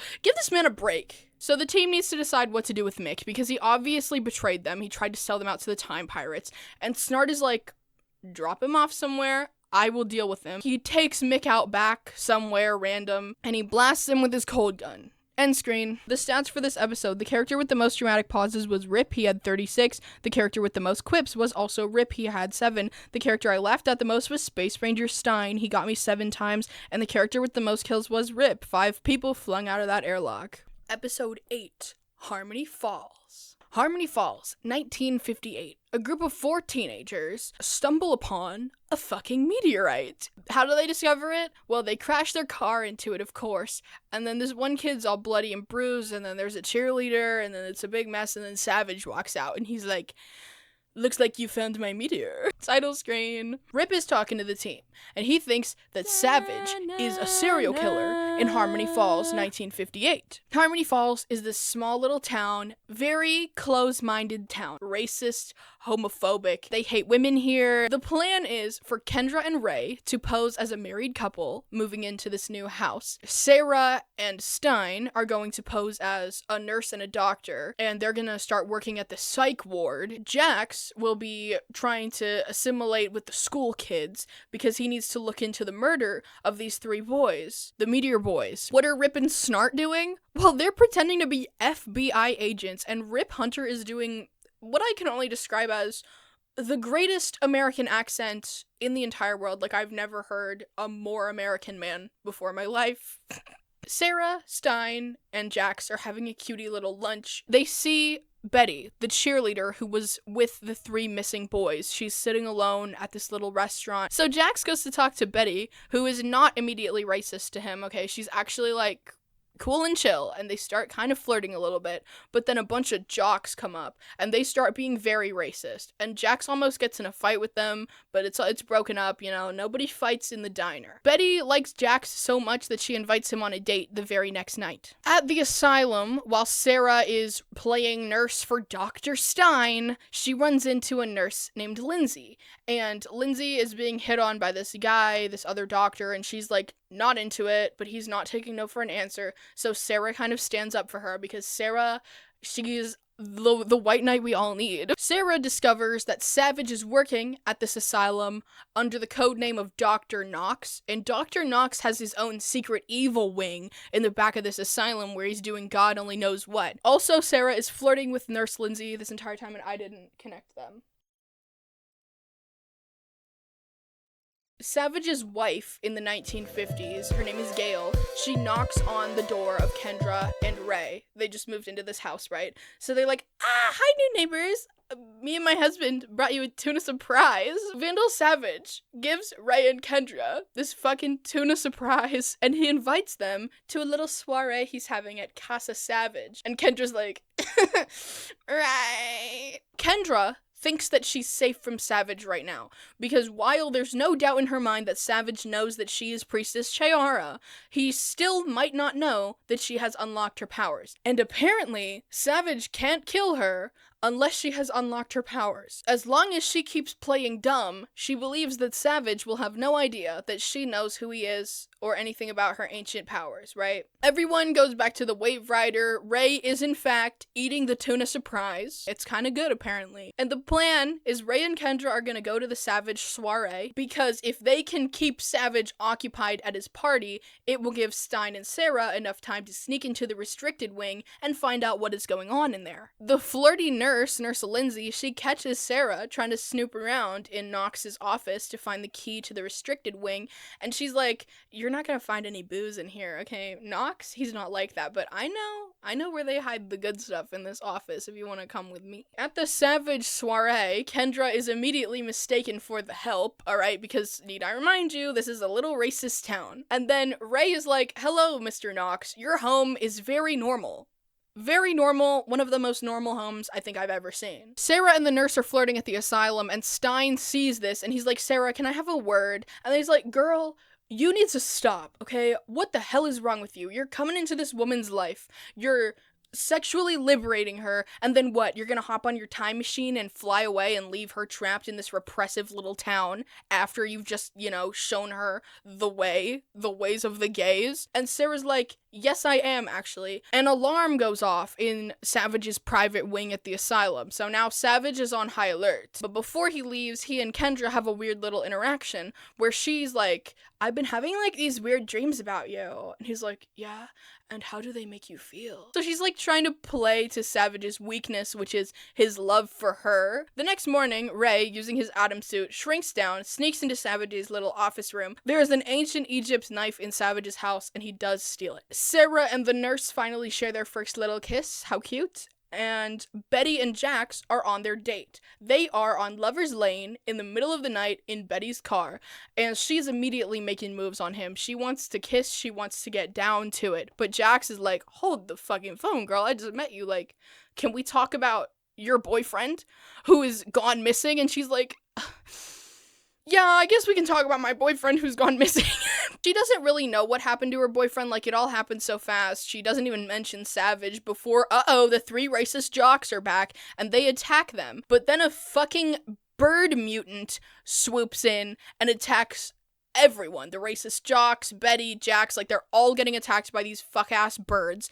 And one of the birds, Betty recognizes as her fucking boyfriend. And then she gets scratched the fuck up by Tommy the Birdman before Jax is able to drive the car away. Now he's speeding. He's trying to get to a hospital because Betty is bleeding out. He gets pulled over by a racist cop, okay? Bet you didn't see that coming. And the racist cop knocks Jax out and puts him in the back of the police cruiser, and he takes Jax to Savage. Rip and Snart show up to the car, and thank God they find Betty. She's still alive. They're able to get her to the Wave Rider and get her some help. Betty reveals to Rip her boyfriend Tommy did in fact come in contact with a weird-ass meteor. Gideon is like, that might be the thing that made them birds. Kendra's plan is, now that she has this ancient Egypt, the Middle Kingdom's dagger, she's gonna use it to kill Savage. She's gonna flirt with him, she's gonna pretend like she's falling for him, and then when his guard is fully down, she will whip out the dagger and she'll fucking kill him with it. That's the plan. Jax wakes up in Savage's little asylum room. He's strapped to a chair. The racist doctor is there. Savage is there.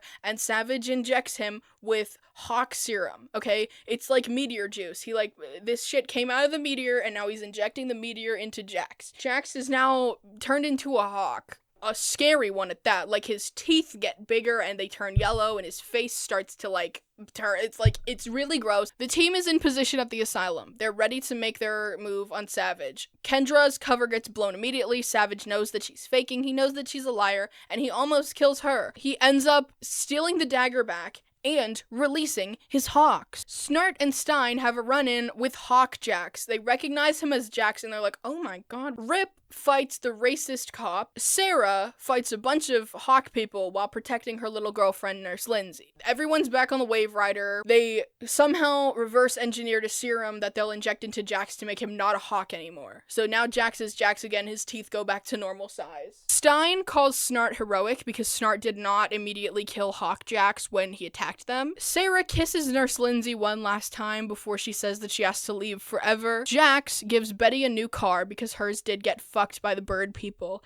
And then she also reunites with her boyfriend Tommy, who is no longer an evil Birdman. Kronos attacks the ship. The ship is forced to fly away, leaving Kendra, Ray, and Sarah stuck in 1958. End screen. Okay, the stats for this episode. The character with the most dramatic pauses was Sarah. She had 29. The character with the most quips was Snart. He had 8. The character I laughed at the most was Sarah. I laughed at her 4 times. And there were no kills this episode. Episode 9. Left Behind. The reason that the Wave Rider left Kendra, Sarah, and Ray behind in the 1950s is because Kronos hijacked the ship and it just flew away, okay? There was nothing they could do. Kronos kidnaps Snart.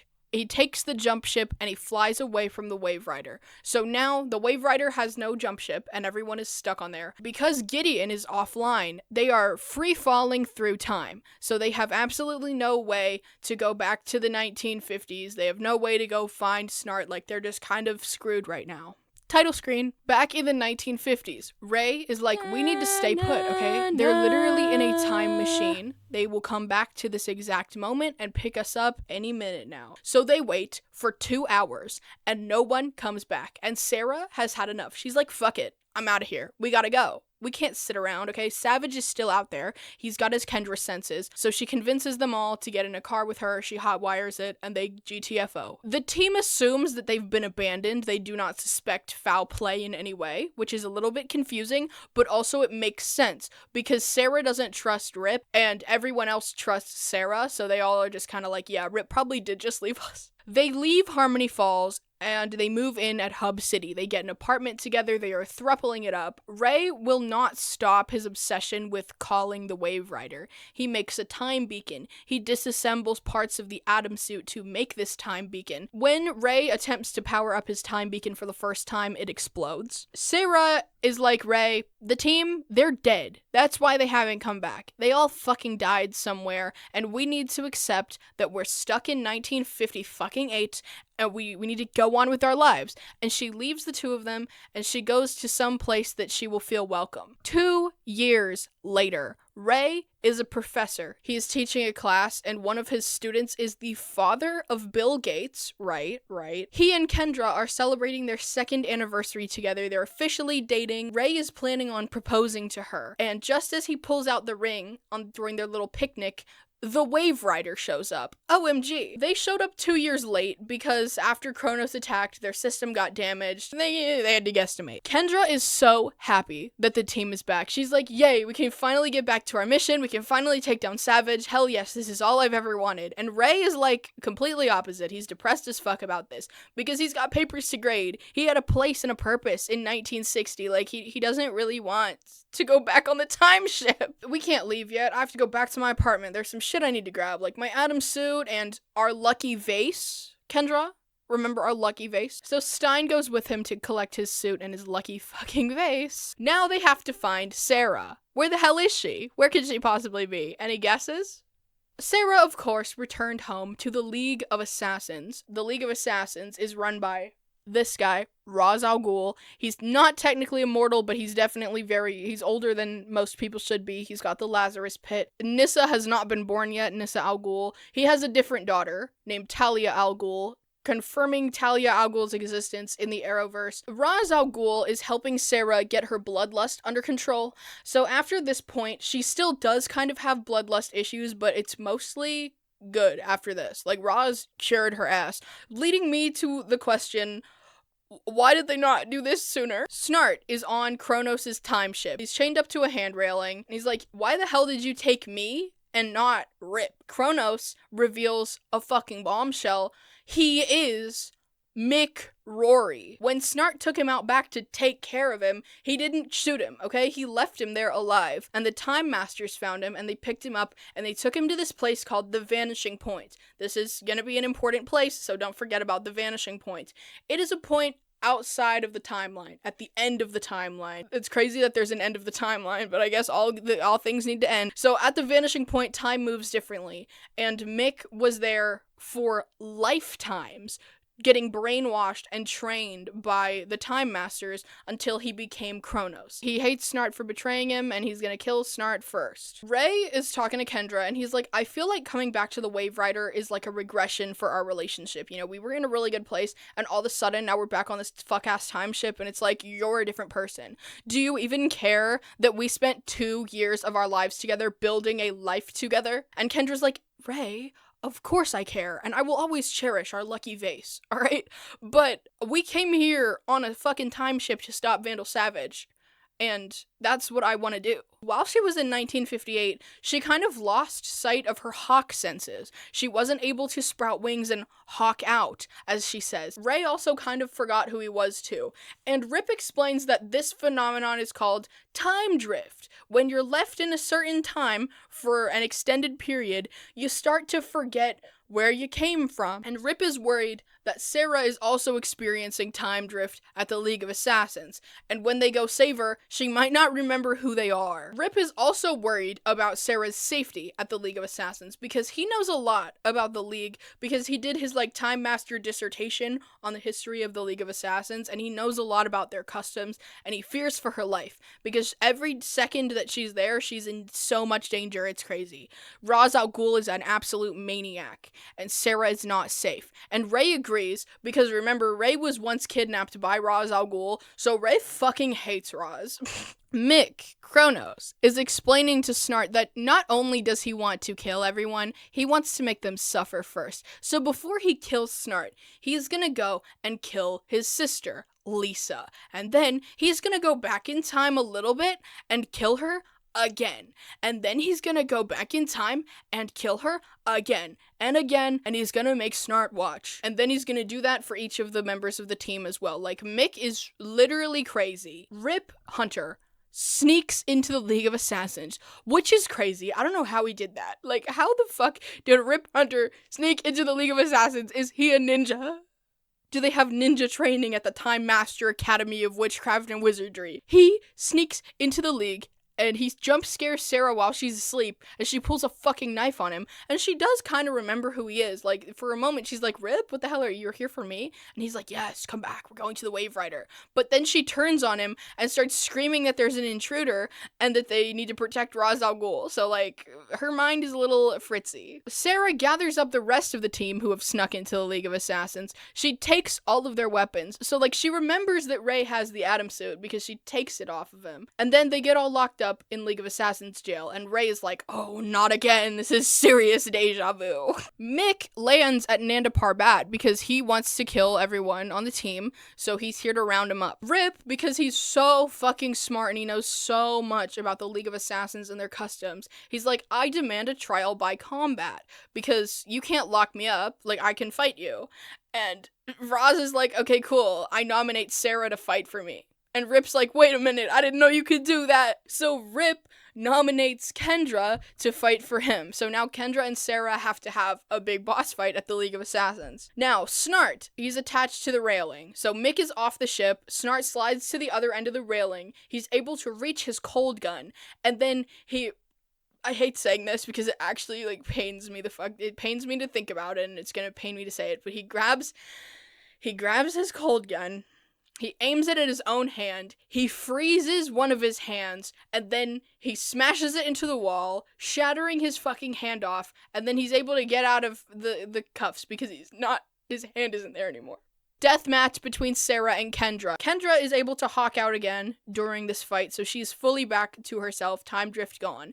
And she starts talking to Sarah. She's like, remember me, remember this, blah, blah, blah. So Sarah kind of remembers herself, and she doesn't kill Kendra, and then Sarah's like, OMG, I need to get back to the Wave Rider.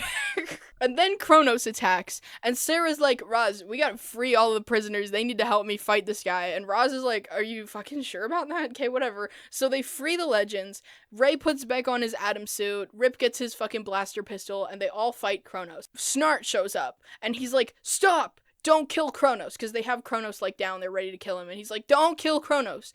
It's literally Mick.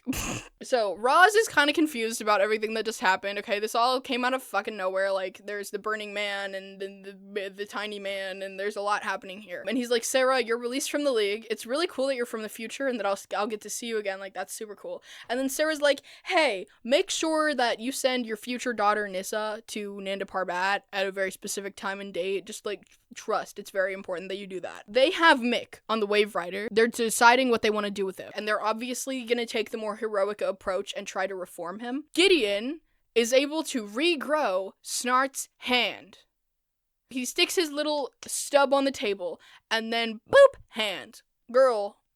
Kendra tells Ray that she still loves him, even if they're not in 1958, and then they have sex in space. The team charts a course for 2147. Rip knows that Savage is there, but he has not wanted to risk going to this time because it's risky, right? Because this is like right before he comes to the height of his power and then wages war on the entire world. But they have no choice because time is of the absolute essence, and they have to go to 2146. End screen. The stats for this episode. The character with the most dramatic pauses was Ray. He had 35. The character with the most quips was a tie between Ray and Jax. They both had 6. And the character I laughed at the most was Stein. I laughed at him 3 times. There were no kills this episode. Episode 10. Progeny. Rip tells Mick that he is sorry for failing him and they're gonna try to reform him. The ship lands in 2147 at the Casnia Conglomerate.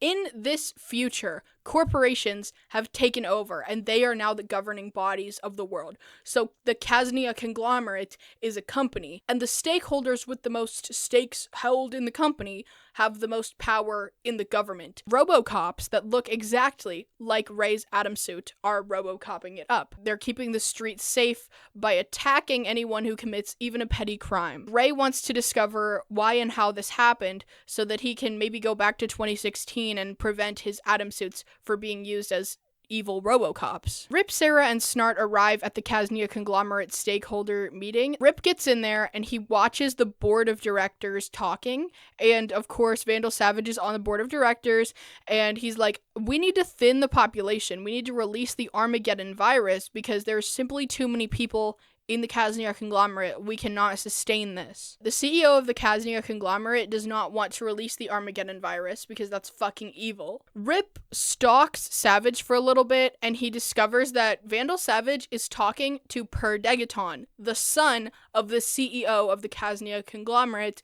and he's kind of whispering in his ear about how his father is a little pussy and the Armageddon virus is so lit and so slay, and how a real leader has to make tough calls. And he's like, you little boy, you're gonna be a real leader if you listen to me. And this little boy is eating up every word. Like, this little dude loves Vandal Savage. This is the baby Hitler dilemma.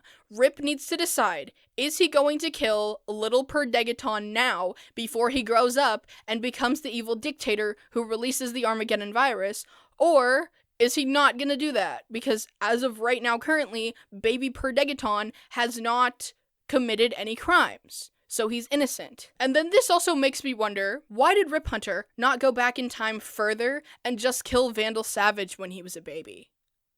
Are they gonna kill Perdegaton or nah? Title screen. Instead of killing him, they're gonna attempt to kidnap this child and reform him and convince him that Vandal Savage is bad. The team is able to successfully kidnap baby Perdegaton. I say baby, he's like 10. He's a young little boy. He's a little tiny boy who doesn't understand death. Baby Perdegaton is on the way to his gymnastics class. Rip goes rogue and he takes baby Perdegaton on the jump ship and he flies him away before the rest of the team can catch him. Ray talks to one of the scientists at Palmer Tech. She is the great-great-great-great-granddaughter of Mr. Palmer.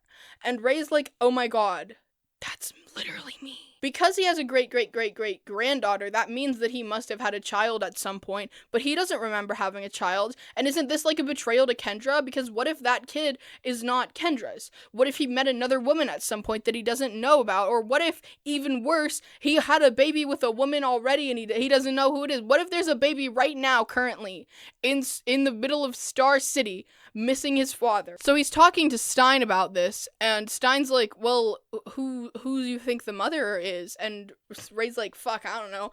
The last girl I was with ghosted me. And Stein is freaked. He's like, she died?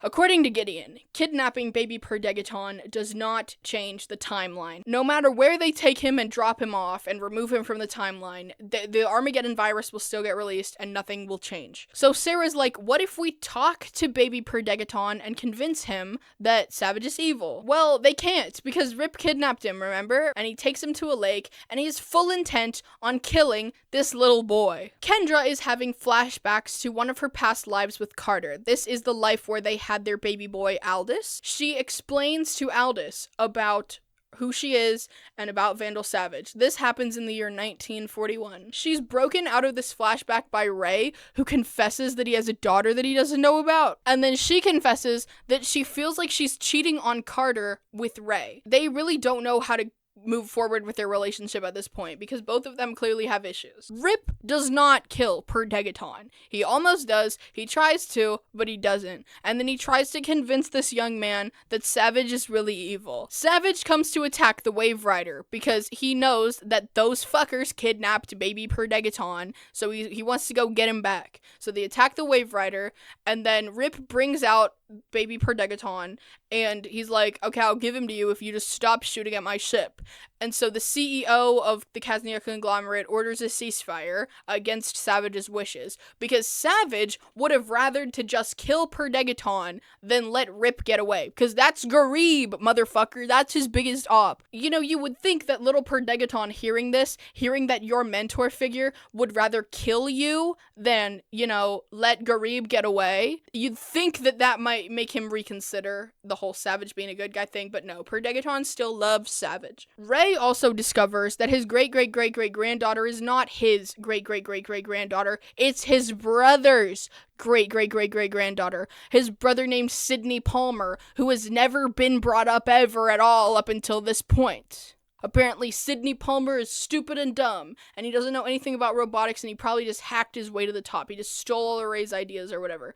But Ray is really relieved that he doesn't have a baby. After the dust settles on their fight with Savage, Mick and Snart finally talk, and instead of talking about their emotions, because that's pussy women shit, Snart opens Mick's cage, and they duke it out like men. Mick has Snart ready to, kill him, but he doesn't kill Snart because he still does care about him. Kendra tells Ray that Carter is her past and Ray is her future, and they kiss and make up. Everything is great. If that was your OTP, we're good. It shouldn't be your OTP, but if it is, okay. Savage still rises to power.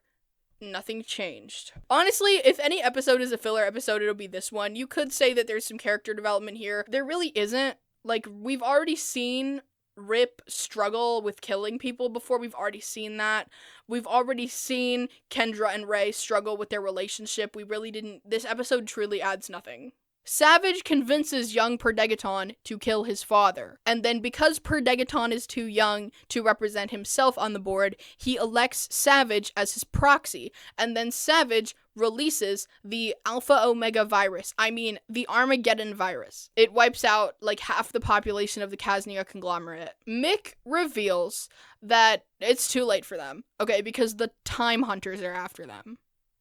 End screen. These stats for this episode: the character with the most dramatic pauses was Rip, he had 42. The character with the most quips was Ray, he had 8. The character I laughed at the most was Stein, I laughed at him 5 times. And the character with the most kills was a tie between Savage and Perdegaton. They both killed one person. Episode 11, The Magnificent 8. Salvation, 1871. The team time jumps here, and it's a huge fucking time jump, the biggest one that they've done so far. And then we get introduced to a new vocabulary word: temporal fragmentations. What the hell is that? Well, there are places in time that the Time Masters cannot see. Why? Because Rip said so, okay? We gotta trust him, he's British. Because the Time Hunters are after them, and they're kind of hoping that the Time Hunters won't find them for a while. They need to regroup, they need to figure their shit out. Rip is insistent that everyone should stay on the ship and not get involved with the Old West. He's very, very insistent. Do you really think that Ray Palmer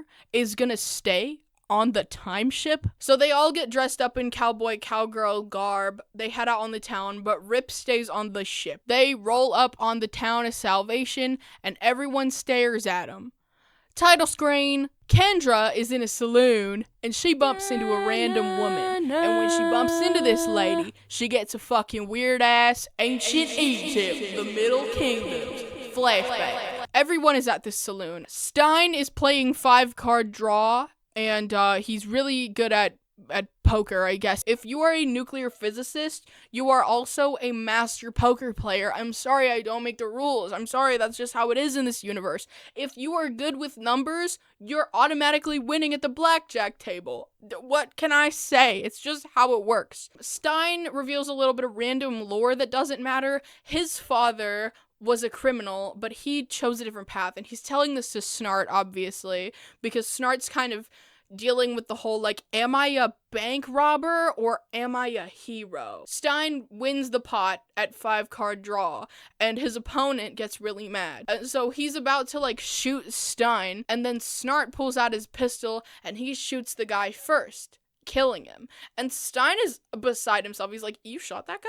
Big ass bar fight starts. Everyone is in on this. It's the whole team versus the whole town. And of course there's women screaming. There is a Wilhelm scream at the 8:30 timestamp. I put a timestamp down, guys. This fight gets stopped dead when Jonah Hex walks into the room. If you've heard the name Jonah Hex before, that is because he is a DC character who has had movies made about him. He's got this big ass scar on the side of his face. He's a lone wolf. He sticks to himself. He's not part of any gangs. He's just him. And he recognizes that the legends are time travelers, and he demands to speak to Rip Hunter. When they get back to the Wave Rider, Jonah Hex mentions that the coat that Rip Hunter always wears, that's his fucking coat. Hear me the fuck out, alright? There's tension between Jonah Hex and Rip Hunter, and it's for reasons that are explained later. Whatever the fuck happened between the two of them that Rip Hunter doesn't explain is clearly extremely queer-coded. Hex explains that the man that Snart killed in the bar is a member of the Stillwater Gang, and the Stillwater Gang, they've been causing havoc in this town, and by killing one of their gang members, they just made everything a whole lot worse for Jonah Hex and the fine folk that live in Salvation. The legends obviously feel really bad about this, specifically Ray. Kendra and Sarah buddy up, and they are gonna go track down the woman that she ran into at the bar. Ray buddies up with Jonah Hex, and they go to talk to the sheriff. The sheriff immediately hands his badge to Ray and says, "Good fucking luck, my guy. I quit. I'm so sick of being the damn sheriff around here." Side note, Ray Palmer tells the sheriff, well, the ex-sheriff, that his name is John Wayne. The whole time, he is cosplaying as John Wayne. Stein returns to the saloon in hopes of getting some information about the Stillwater Gang from the bartender. He does get information, but he also runs into his side quest for this episode. There's a sad woman crying because her little boy, her precious little son, has tuberculosis. The consumption, as they call it. Stein cures the boy, and he tells the mother that she needs to destroy the cure when she's done with it and, like, burn it and make sure nobody finds it. Because introducing the cure for tuberculosis too early, devastating for the timeline, right? So this woman promises to destroy it. Sheriff Ray Palmer, John Wayne, Sheriff John Palmer walks out the station, and the Stillwater Gang rides up. They're all on the horseback, and they're like, "Who killed my guy? All right, who did it?" Ray manages to intimidate the Stillwater Gang, and they leave for now, but those fuckers will be back. Back on the Wave Rider, the team learn a little bit of Rip's Old West lore. Rip was somehow involved in the destruction of another town. This town was called Calvert. He was sent on a mission many years ago to come back to the Old West. It was one of his first real-time master missions. And when he got to the Old West, he realized that there were so many opportunities to play hero. Like, you could get into quick draws, you could save damsels in distress. He got in the fucking Wave Rider and left, and the very next day, Calvert was destroyed by the Stillwater Gang, and Jonah Hex is mad as fuck about it, because if Rip had just stayed one more day, he could have prevented that. Kendra and Sarah meet the woman from the saloon. Who is it but Cowboy Kendra? Old West Kendra is kind of a downer. She lives alone in the middle of the woods. She's got a shotgun. She's very aggro. She almost shoots Kendra and Sarah. She had a bracelet from ancient Egypt, the Middle Kingdom, but it was stolen many years ago by some bandits, so she doesn't have it anymore. And she's telling Kendra that she's fallen in love with other men before, right? Men that weren't Carter. And she's loved them fiercely, but every time when she's fallen in love with a man who isn't Carter, it always ended badly. It always ended destructively, in chaos. It never ends well when the man is not Carter. Using the info that Stein got from the bartender, the team finds the location of the Stillwater gang's hideout, so they launch an attack. During this attack, the Stillwater gang captures Jax. Speaking of Jax has such good aim that while on horseback, he can use one hand to fire a sawed-off shotgun and aim directly at the pistol in a cowboy's hand and shoot it out of his hand. Rip reveals part 2 of his dramatic Old West backstory. He knew that Calvert was going to be destroyed. Okay, he's literally a time master, of course he knew. He flew away, and he chose to let it get destroyed. And this pisses off Jonah Hex, because Jonah didn't know that Rip knew, and now that he knows, now he's really mad. Okay, the gays are fighting. Rip feels so bad about what he did, and he wants to kind of make amends, so he is going to face off in a quick draw at high noon versus the leader of the Stillwater gang. If he wins, they'll let Jax go. If he loses, well, that would suck, wouldn't it? Rip obviously wins this quick draw, and when I tell you that this scene was cinematic mastery, I'm not lying, okay? But oh no, the day is not saved because the Time Hunters are here. And they get into a big fight. There's 3 time hunters. Mick fights one of them, and he kills the guy. And before this guy dies, he tells Mick that the Pilgrim is onto them, and the Omega Protocol has been enacted, so they're all fucked. Jonah leaves town, okay, because Jonah Hex doesn't stick around one town for too long. He's not like that. He doesn't like to commit. But before he goes, he does have a very queer-coded goodbye with Rip Hunter. Stein goes to talk to the boy and his mother one last time, and we learn that this boy is H.G. Wells. Right, okay. Everyone's like, who the fuck is a Pilgrim? What the fuck is the Omega Protocol? Why are you bitches freaking out? Because Mick and Rip are freaking out. The Pilgrim is a badass bitch time bounty hunter, and the Omega Protocol means that she's gonna go back to when we were kids, and she's gonna kill our younger selves, thus erasing us from the timeline. And she is currently stalking young Mick Rory. End screen. The stats for this episode: the character with the most dramatic pauses was Rip, he had 36. The character with the most quips was Jonah Hex, he had 11. The character I laughed at the most was Ray. I laughed at him 4 times, and the character with the most kills is a 4-way tie between Rip, Ray, Mick, and Snart. They each killed 1 person. Episode 12, Last Refuge. Time Master Druce instructs the Pilgrim to go after the Legends of Tomorrow. She will be attacking their younger selves throughout time. Her first target is young Mick Rory. In 1990, Mick Rory sits outside as his house burns down. He seems to be mesmerized by the flames, so mesmerized that he doesn't notice the Pilgrim sneaking up on him, ready to fucking kill him. Thank God the Legends arrived just in time to kick the Pilgrim's ass and save young Mick Rory. They take young Mick Rory and put him on the Wave Rider. Title screen. The rules of the Omega Protocol. Here they are. Let me lay them out. The Pilgrim only has 1 shot to kill each of their younger selves, so she can't go back and try and kill Mick again. But they do have to keep young Mick Rory from 1990 on the Wave Rider until they've dealt with her ass, because she can go back to the exact time that she tried to go the first time, and she can kill him again. She also will not be killing Kendra, because she's literally a reincarnation, so killing her would be pointless. And she won't be killing young Rip, because killing a Time Master could have catastrophic effects on the timeline. Snart's kind of pissed about this. He's like, oh yeah, lucky for you, Rip. No one's coming after you. You know everything about us. We all know everything about each other, but nobody knows who you are. Where did you come from, Rip Hunter? If that's even your real name. which I know for a fact it is not. In 2007, young Sarah Lance is getting a tour of the police station by her father, Quentin Lance. She gets attacked by the Pilgrim, the legends show up, and she is face to face with her older self, current Sarah. And Sarah is so confused. Like, could you imagine being young Sarah Lance and you see a hotter, sexier version of you in a white leather suit with a fucking bow staff show up and huh? They bring young Sarah back to the time ship as well. So now young Sarah and young Mick have to hang out. The team has a problem. They can't track the Pilgrim anymore. They have to wait for the Pilgrim to attack them before they know who she's gonna go after, which is not exactly the greatest strategy. Remember, Ray wanted to propose to Kendra back in 1950? So he has the ring, and then he doubles over in pain, and he drops the ring. The Pilgrim is currently in 2014 attacking Ray Palmer at Palmer Tech. You know, the building is made entirely of glass, so it's very easy for her to break through the window and just attack his ass. She breaks through the window, she breaks through the wall, it's all the same because it's all made of glass, motherfucker. The legends show up, they save Ray in 2014. They do not bring him back to the time ship. Back on the ship, Ray is dying, okay, until they save him, Ray's kind of dying, and Kendra says that she loves him,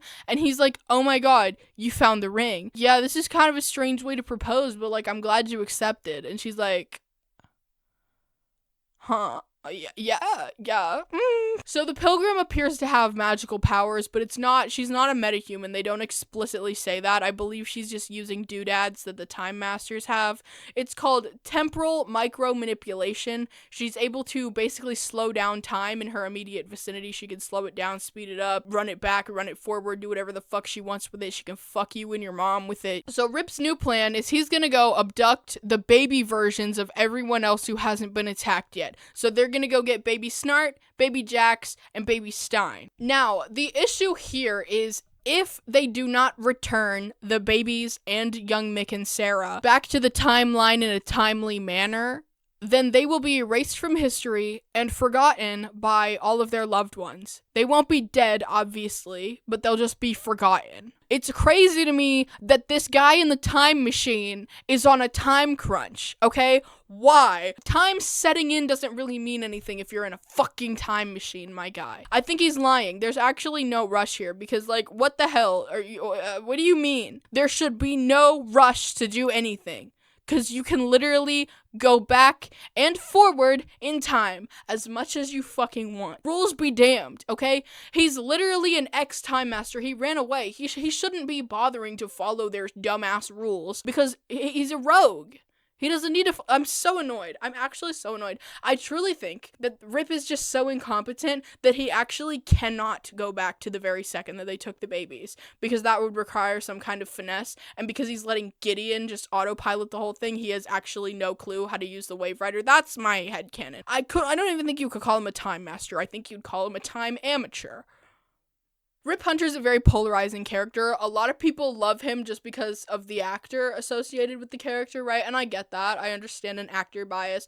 Also, people like him because Rip Hunter is a complex character. He makes bad decisions. He does dubious things, and that makes for an interesting show. It makes for a good story, you know? If everyone is honest and upfront about everything, then you can't have big plot twisty reveals. And I do like that aspect of his character. The part of his character that I do not like is the British part. I, as a viewer, am conditioned to not trust a word he says, but also, he's the main character, and typically the main characters of these shows are supposed to be trustworthy to the audience. For example, in Arrow, Oliver Queen, very morally gray character. He's out there on the streets killing people. We, as the audience, follow him the entire time. So while the rest of the characters don't know that he's the vigilante, the audience always knows that Oliver is the vigilante. But with this, the audience, we don't know all of Rip's secrets up front. We don't know what the fuck is going on with this guy. We're just as blind as the rest of the characters are. We know that Rip is a liar, but also because he is the main character, we're kind of conditioned to want to trust him because he's the only one who understands the Time Master bullshit. So we have to trust him, but also he's a liar. So it's very conflicting to the audience, which is why I understand both sides of the people who hate Rip Hunter and the people who love Rip Hunter. I get it, because he is an interesting character. He's also annoying as fuck. Like, I understand both sides. I'm somewhere in the middle. We're on a time crunch because if we don't get the babies back in the timeline, everyone will forget about them. We have some contrived drama between Ray and Kendra. Kendra's talking to Sarah. She's kind of having second thoughts about the whole marriage thing, and Ray overhears this conversation. Mick and Rip steal baby Stein straight off the side of the road. His parents have just finished birthing him, and they just snatched him up off the side of the road. At the hospital, Jax gets to have a moment with his father. Jax's father, he's a military guy. He just enlisted in the military. He's about to be deployed. His son was just born, will literally die about a week after Jax is born. And so Jax never gets to meet him. He does not grow up with a father. It's really sad. Rip brings their younger selves to a place called the Refuge. The Refuge is basically the orphanage for young time masters. And the Refuge is at a place that is unknown. It's at a time and place that is unknown to the Time Masters. Rip knows about it because he was once a refugee, if you will. His adoptive mother, the woman who runs this orphanage, I did not catch her name. I am going to be referring to her as Mother Time. Mother Time might work for the Time Masters, but the Time Masters don't know where the Refuge is. And also, she is loyal to Rip. She's loyal to her children. So she won't tell the Time Masters that they're there. She's not gonna rat on them. Mother Time reveals that Rip Hunter's real name is Michael. I don't know about you, but to me, that explains a lot. Okay, of course this motherfucker's name is Michael. The Pilgrim couldn't catch their younger selves, but there's still plenty of other people that she can go after, and so she starts targeting family members. She has Jax's father, she has Sarah's father, she has Lisa Snart, she's got family members of everyone kidnapped, and she will kill them if the team doesn't turn themselves in. Rip is like, okay, counter offer. I will give you younger me, and you can kill the young version of me, and then that will erase everything, because if Rip was never a Time Master, then the legends would never have formed, and so then none of this would have ever happened, and that satisfies the Pilgrim, and she's willing to trade all of the hostages for young Rip. Now, luckily, young Rip is a little psycho freak. He's a little street rat, little psycho freak with a bloodlust. So when they do the prisoner exchange, a fight breaks out. The Pilgrim's using her temporal manipulations to freeze everyone around her, and it's this really epic shot where everyone is frozen, and she's like, hee hee hee. But then she's got little Rip, and little Rip pulls out a knife, and he stabs her, and so she loses control of her temporal micro manipulation bullshit, and then they're able to kill her. The hostages are returned, but they're all, of course, very confused, so Jax gets to talk to his father again. He explains the whole time travel bullshit, and then he's also like, you're gonna die in a week, so keep your head on the swivel. They did not return any of the babies or their young selves back to the timeline yet. They are still hanging out at Mother Time's time house. So Rip is like, oh no, we don't have much time left before y'all all are forgotten. Now that we're on a time crunch, Rip has no choice but to take the team to the future, to 2166, right before Savage launches his attack. Only a few days before Savage will kill his wife and son. End screen! The stats for this episode: the character with the most dramatic pauses was Rip, he had 30. The character with the most quips was Sarah, she had 8. The character I laughed at the most was young Sarah, I laughed at her 1 time. And the character with the most kills was Rip, he killed 1 person, but the Pilgrim was a team effort. Episode 13. Leviathan. London, 2166. The skies are full of bombs. Rip says that in 3 days, Savage will launch his attack and kill a lot of people, including Miranda and Jonas. So they obviously need to stop him before then. They manage to find somewhere to land the ship, despite there being literally no safe place to land the ship. And Rip is ready to roll. Okay, usually Rip is the one who's like, we need to sit back and concoct a plan. Now Rip is like, we need to fucking rip and dip, alright? We got to go. We have no time to waste. We gotta fucking run. And everyone else is telling him to calm down, but he will simply not listen, because In just 3 mere days, his wife and son will be eviscerated from this earth. Rip assembles a team of Killer, Klepto, and Pyro, and they dress up as Savage's soldiers, and they infiltrate one of his rallies. Kendra is, watching them through the comms, and she notices that one of Savage's little officer girls is wearing her Ancient Egypt, the Middle Kingdom bracelet. And she's like, OMG. I need that. Killer, Klepto, Pyro, and Rip get in a fight with some of Savage's guards, but they are outnumbered, so they need to make a getaway. In the title screen, Rip's new plan is he's gonna meet up with some members of the Resistance and try to use the Resistance's firepower against Savage. Snart and Mick are on a mission to steal the bracelet, because they need to somehow find a way to kill Savage with this bracelet. Rip, Ray, Stein, and Jax arrive at the refugee camp. The woman who runs it is suspicious of them at first, but she does let them in. However, they don't really have much aid they can offer Rip and the team, because all of the people at the refugee camp are just starving, scared civilians. Rip tells Ray that he has actually made several attempts to come back to this specific time to save his family before, and every single time he's watched them die, and nothing he has ever done has been able to save them. My question, why the fuck is Rip acting like this is the last chance that he has? Because, you have a time ship, my dude. Fuck the rules. Cause a paradox. Go back to when you already were. Work with your past selves. Make an army of Rip hunters.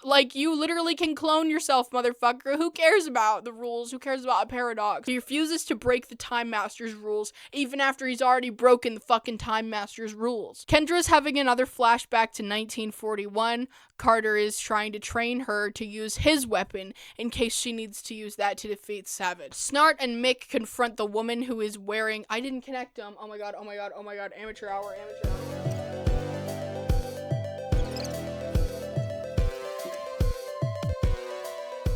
Snart and Mick confront the woman who has Kendra's bracelet. Turns out that she's Cassie Savage, Vandal Savage's daughter. They kidnap her and they bring her back to the Wave Rider. Snart attempts to interrogate Cassie, but she is not giving any information up. She believes that her father is the savior of the world and he's such a great guy. Kendra has Mick melt her Ancient Egypt, the Middle Kingdom bracelet, so that she can pour it over top of Carter's mace, and they're gonna use that to kill Savage. Savage has a giant death robot. A GDR, if you will. Stein is helping to pack the refugees from the refugee camp onto their Wave Rider. The GDR picks up the Wave Rider and flings it like a frisbee off into the distance. It's fucking crazy. Stein has been impaled during this. Literally Olaf style impaled. The ship is now TFTF. Too fucked to fly. Rip is impatient as fuck. He's like, we're gonna get in the jump ship and we're gonna GTFO and we're gonna go fight Savage right now. Everyone's like, okay, yeah, we could pack in the jump ship and fly away, but where would that leave the refugees, okay? This ship is full of innocent civilians, innocent defenseless civilians, okay? And if you want to get in the jump ship and fly away like a coward, Rip Hunter, and leave all these people to die, we will not be coming with you. Snart shows Cassie Savage a video of her father releasing the Armageddon virus, and she is so shook by this because she thought that Progeny released the Armageddon virus and her father saved the world by killing him, right? But no, her father released the Armageddon virus and then he killed Progeny for shits and giggles, and so Cassie is discovering that her father is evil, and this is really hard for her. Rip feels hopeless as fuck. He's ready to just drink himself to death when the team rallies around him and they give him an inspiring speech. Kendra is ready. She's got Carter's bracelet-coated mace, and she's ready to kill Savage. Ray thinks he has a way to defeat the giant death robot, so that's good. Rip says that he believes in fate, and it must have been fate that led him to gather this team here on this day, because it's going down right now here on this day. Ray's plan to defeat the GDR? Simple. If you can't beat them, join him. He's gonna become the size of the giant death robot. He has Jax reverse the polarity of his Atom suit, which instead of shrinking him down, will in theory make him really fucking big. And it works, and Ray becomes the giant man. He fucks up the GDR so bad, like big ass battle with the GDR, Ray wins. Cassie Savage rolls back up to her father's little prison, little soldier camp, whatever, and she confronts him about the Armageddon virus, and he tries to explain that he was just thinking about the greater good or whatever. He's trying to be all Dumbledore, and then she's like, I actually hate you. You actually are the worst guy ever. And then she fights him. She betrays her father. Kendra ends up getting in a one-on-one battle with Vandal Savage. During this fight, she's about to kill him. She's got rage and murder glowing in her eyes, and she's got Carter's mace, and it's about to be justice. It's about to be poetic. It's about to be so good. But then some fuck-ass, random-ass soldier busts in the room and gets all up in her grill, and she knocks his helmet off. And who the fuck is it? Prince Khufu! He's been brainwashed by Vandal Savage, and the only way to save Carter's mind is to keep Savage alive, because he's the only one who can undo that damage. So if Kendra kills Savage right now, Carter's mind will be lost forever. So she does not kill Savage. They bring him back to the Wave Rider, and they also bring Carter back to the Wave Rider. On the ship, Stein is okay. He was impaled. Gideon patched him up, good as new. Rip and Savage have a chat. Savage is in the little jail cell on the Wave Rider, and Rip is like, I beat you. Ha ha ha. Haha, you can't kill my wife from behind bars, motherfucker. Savage is funny as fuck, okay? Savage doesn't miss a beat. He's like, only time will fucking tell. Only time will tell which one of us is the real winner here. End screen. These stats for this episode. The characters with the most dramatic pauses was a tie between Rip and Cassie Savage. They both had 34. The character with the most quips was Rip. He had 13. The character I laughed at the most is a 4-way tie between Mick, Snart, Stein, and Gideon. I laughed at them each one time. And the character with the most kills was Savage. All I wrote was whole lot. So do with that what you will. Episode 14. River of Time. We open on ancient Egypt, the Middle Kingdom. It's time for a Garib flashback. If you'll recall, that's Rib Hunter. Garib is in his cell, and Vandal Savage is like, who are you? What the fuck are you? And Garib is like, I'm not telling you.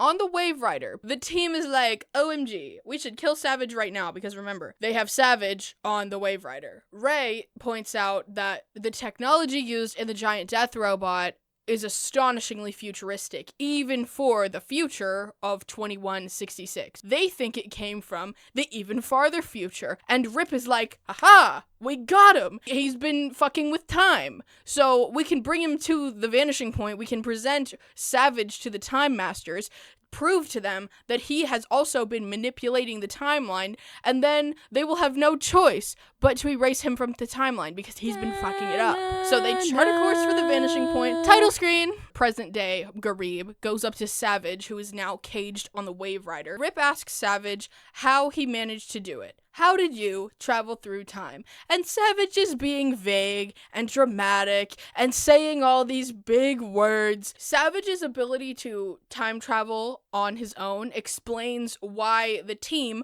weren't able to track him throughout time, because he was moving through it non-linearly. That's why he was so hard to track down. Savage says that Rip might be a time master, but he is a master of time. Rip is in like a super mega rush to get to the vanishing point because, like I said, always in a rush. He's in a fucking time machine, but he's always on a time crunch. He's racing, fighting for his life. He's pushing the ship harder than it can go. Things start exploding, blowing up, and Rip doesn't seem to care because Jax is here, and obviously Jax, the auto mechanic, now resident time machine mechanic, will be able to fix everything up right as rain. Stein is like, OMG, the time drive is broken. We're stuck drifting in the middle of the time stream with no way to go anywhere. And Rip reveals that the jump ship is equipped with an auxiliary with an auxiliary time drive that is capable of a one-time time jump back to 2016. Worst comes to worst, they can all pile into the jump ship and go back to 2016. Sarah Lance goes to have her little chat with Vandal Savage. He's like, oh, hi, Sarah Lance. Good to see you again. Have you heard from your sister lately? Savage insists that Rip Hunter is manipulating Sarah and the rest of the team. Sarah's like, okay, yeah, I don't fully trust Rip still, but like, I know he's not that big of a master manipulator, unlike you, the biggest maniacal manipulator in the entire multiverse, probably. Jax is repairing the time drive. He specifically says that he has eyes on the time drive, which was really funny to me, because usually when people use the phrase, I have eyes on the thing is a moving target, but the time drive is a stationary fucking sphere in the middle of the ship, so of course you have eyes on it. It's not like it was hidden. The thing about the time drive is it's not easy to repair. If the repair goes wrong, there is a chance that he will be exposed to a lot of temporal radiation, which is like regular radiation, but way worse. Rip lies to Jax. He tells him that there's no risk involved in fucking with the time drive, so Jax makes the repairs. The time drive explodes and he gets blasted with temporal radiation. Jax gets blasted so hard he sees a flashback of himself and his mom back before he ever became Firestorm, where she gifts him a watch. He is currently wearing that watch in our present, and the watch, after he gets blasted, is now spinning around in all different directions. Gideon informs them that this is because of the temporal radiation blast, and now Jefferson Jackson is aging at an accelerated rate, which is not good considering he's literally the youngest one on the team. There is also nothing that Gideon can do to stop this. Now, Snart and Mick, they're not having good vibes about anything that's going on. Snart thinks that Rip is acting a little bit extra aggro. He's making some really bad decisions that concern the team. The things that Savage is saying to like Sarah and everyone else, it's seeding a lot of uncertainty, unclarity. Like maybe Rip is the villain. Rip foolishly admits to Sarah that he knew the risk of sending Jax in to fuck with the time drive and that he could have done it himself. He chose to sacrifice Jax because Rip still is on this quest to save his family, and obviously he needs to protect himself. Sarah thinks that's incredibly selfish and something that a captain should not do. Obviously, the captain of a time ship should be the one to volunteer for the most dangerous work. Sarah's a little bit pissed off, and by a little bit, I mean a lot. Kendra and Ray are attempting to get Carter's memories back and get him back on their side. Carter attacks Kendra.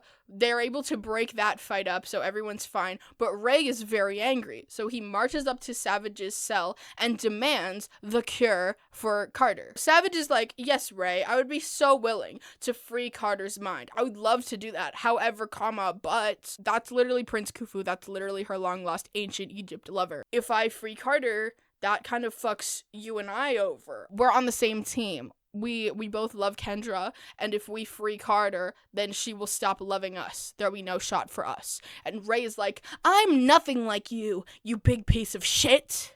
Savage tells Ray a story about one of Kendra's first reincarnations. It's not like the first one, but it's one of her earlier ones. She didn't remember Carter in this reincarnation, and so she actually fell in love with Savage, and they were in love, like for real, in love with each other, until Carter fucking showed up and then told Kendra the real truth, and then she immediately stopped loving Savage, and now Savage is extra pissed at Carter. Ray leaves Savage and he goes back to Kendra, and he hears her reciting the love poem, The Ancient Egypt, the Middle Kingdom love poem to Carter, and he gets mad as fuck. He's like, how could you recite a love poem to him when you're supposed to love me? Ray Palmer. Ray and Kendra immediately break up, and Ray says the stupidest fucking shit he could ever say. He says, Savage was right. Jax is now, 63 years old? Yeah, it's not looking good. He's gonna outpace Stein at this rate. That's not a race that you really want to win. Strangely enough, Jax seems at peace with this decision. He's like, I fixed the time drive, so I've saved our team, and if that means that I have to die, okay, cool. He's like, I'm the chef. I got my information. You can nominate me. I've been like watching so much Blood on the Clock Tower content. Like, I literally can't. Snart sees Jax and what has happened to him, and he's like, Jax, you deserve better. And he is so mad that Rip Hunter has done this to a member of their team. He's like, fuck this. I'm out. Mick, Snart, and Sarah, they form a little trio and they confront Rip about all this bullshit that has been happening with Jax and with Savage and with just everything. And they air out all their grievances and Rip is like, you know what? Just take the jump ship back to 2016 if you don't want to hang with me anymore, okay? If you can't take the bloody heat, get out of my kitchen. Stein confronts Savage. How did you share your immortality with your followers? Because I know you can do that. So we have someone who could really use some extra life right now. How did you do that? Savage just kind of laughs and is like, you should talk to Ray because he would love to cut open Carter right now. And Stein is putting the pieces together. He's big braining this. He's like, OMG, Vandal Savage is trying to pit us all against each other. Of course, Martin Stein is the only one smart enough to put those effing pieces together, am I right, guys? So Stein does what any reasonable person would do in this situation, and he goes and finds Jax, and he drugs him again, and he shoves Jax into the time ship, and he's like, if I did the math right, then one little jump back to 2016 will fix your aging problem, and you'll be good. And Jax is like, no, Stein, I can't leave. If I leave you, then you'll die. Stein drugs Jax and then sends Jax back to 2016. Stein gets a flashback to the day that he said goodbye to Clarissa, only he didn't say goodbye to Clarissa. He was just very vague about where he was going. Snart and Mick show up and they're like, we're taking the jump ship and we're GTFOing, okay? And then Stein is like, oh, slight problem, jump ship, gone. Ray confronts Savage again, and Savage manages to push his button so hard that Ray unlocks the cell door and lets Vandal Savage out.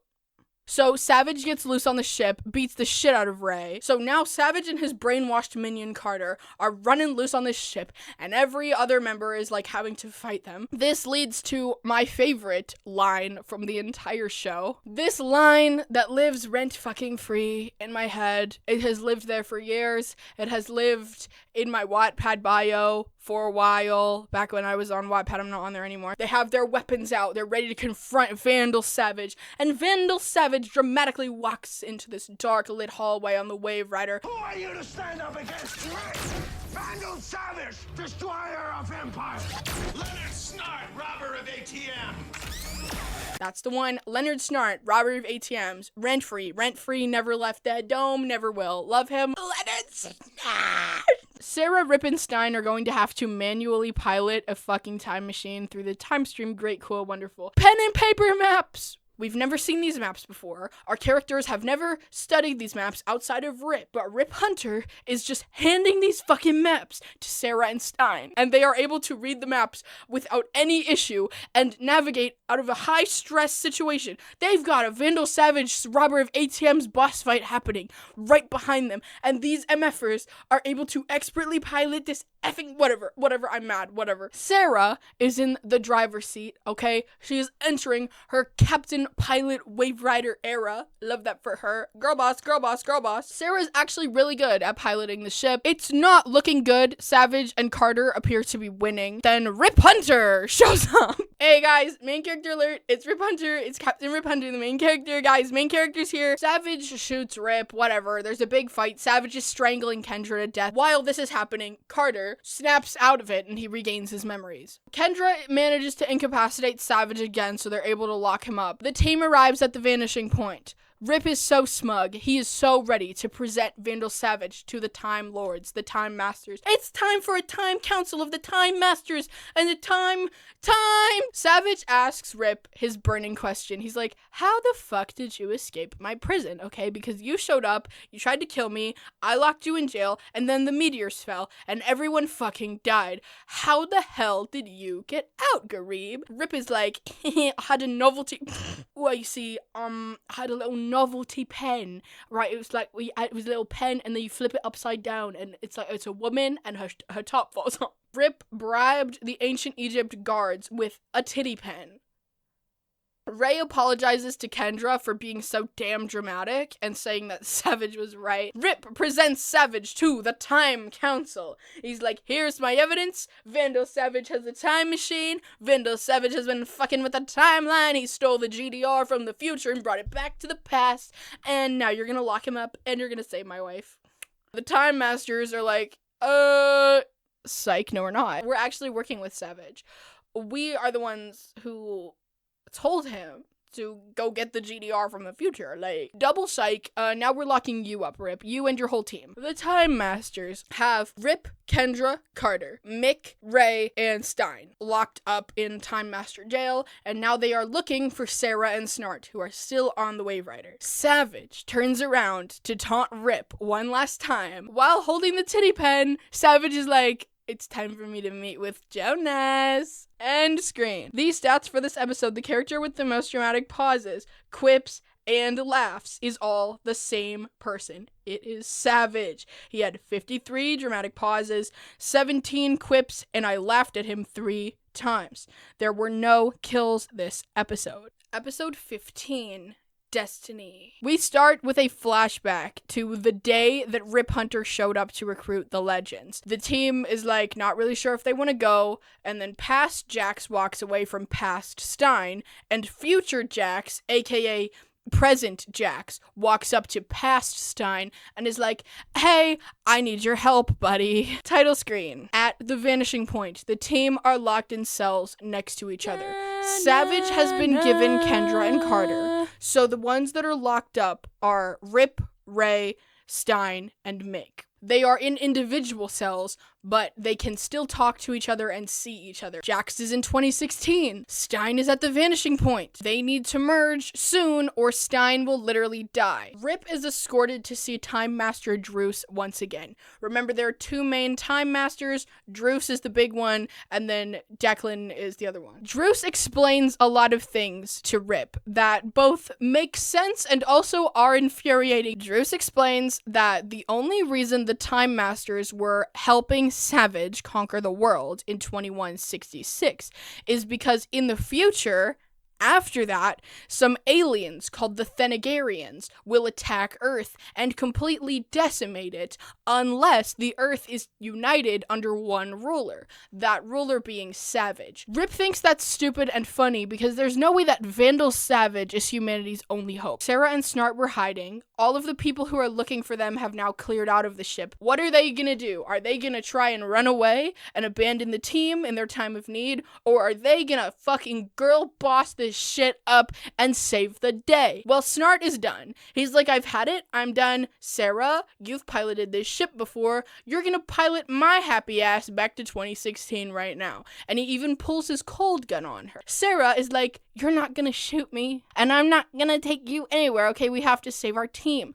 They argue, and then the phone rings. Yes, the rotary phone on the Wave Rider rings. Ring, ring, it's Gideon, motherfucker. She's like, I've managed to evade capture and sneak away before they powered me off, and now I live in the rotary phone. Don't piss me off, Gideon. Mick is being re-brainwashed by Time Master Declan and turning back into Kronos. This brainwashing occurs with a lot of like electroshock therapy vibes. Time Master Druce is about to drop another lore bomb. Okay, we got Thanagarians. Savage is our only hope of defeating the Thanagarians.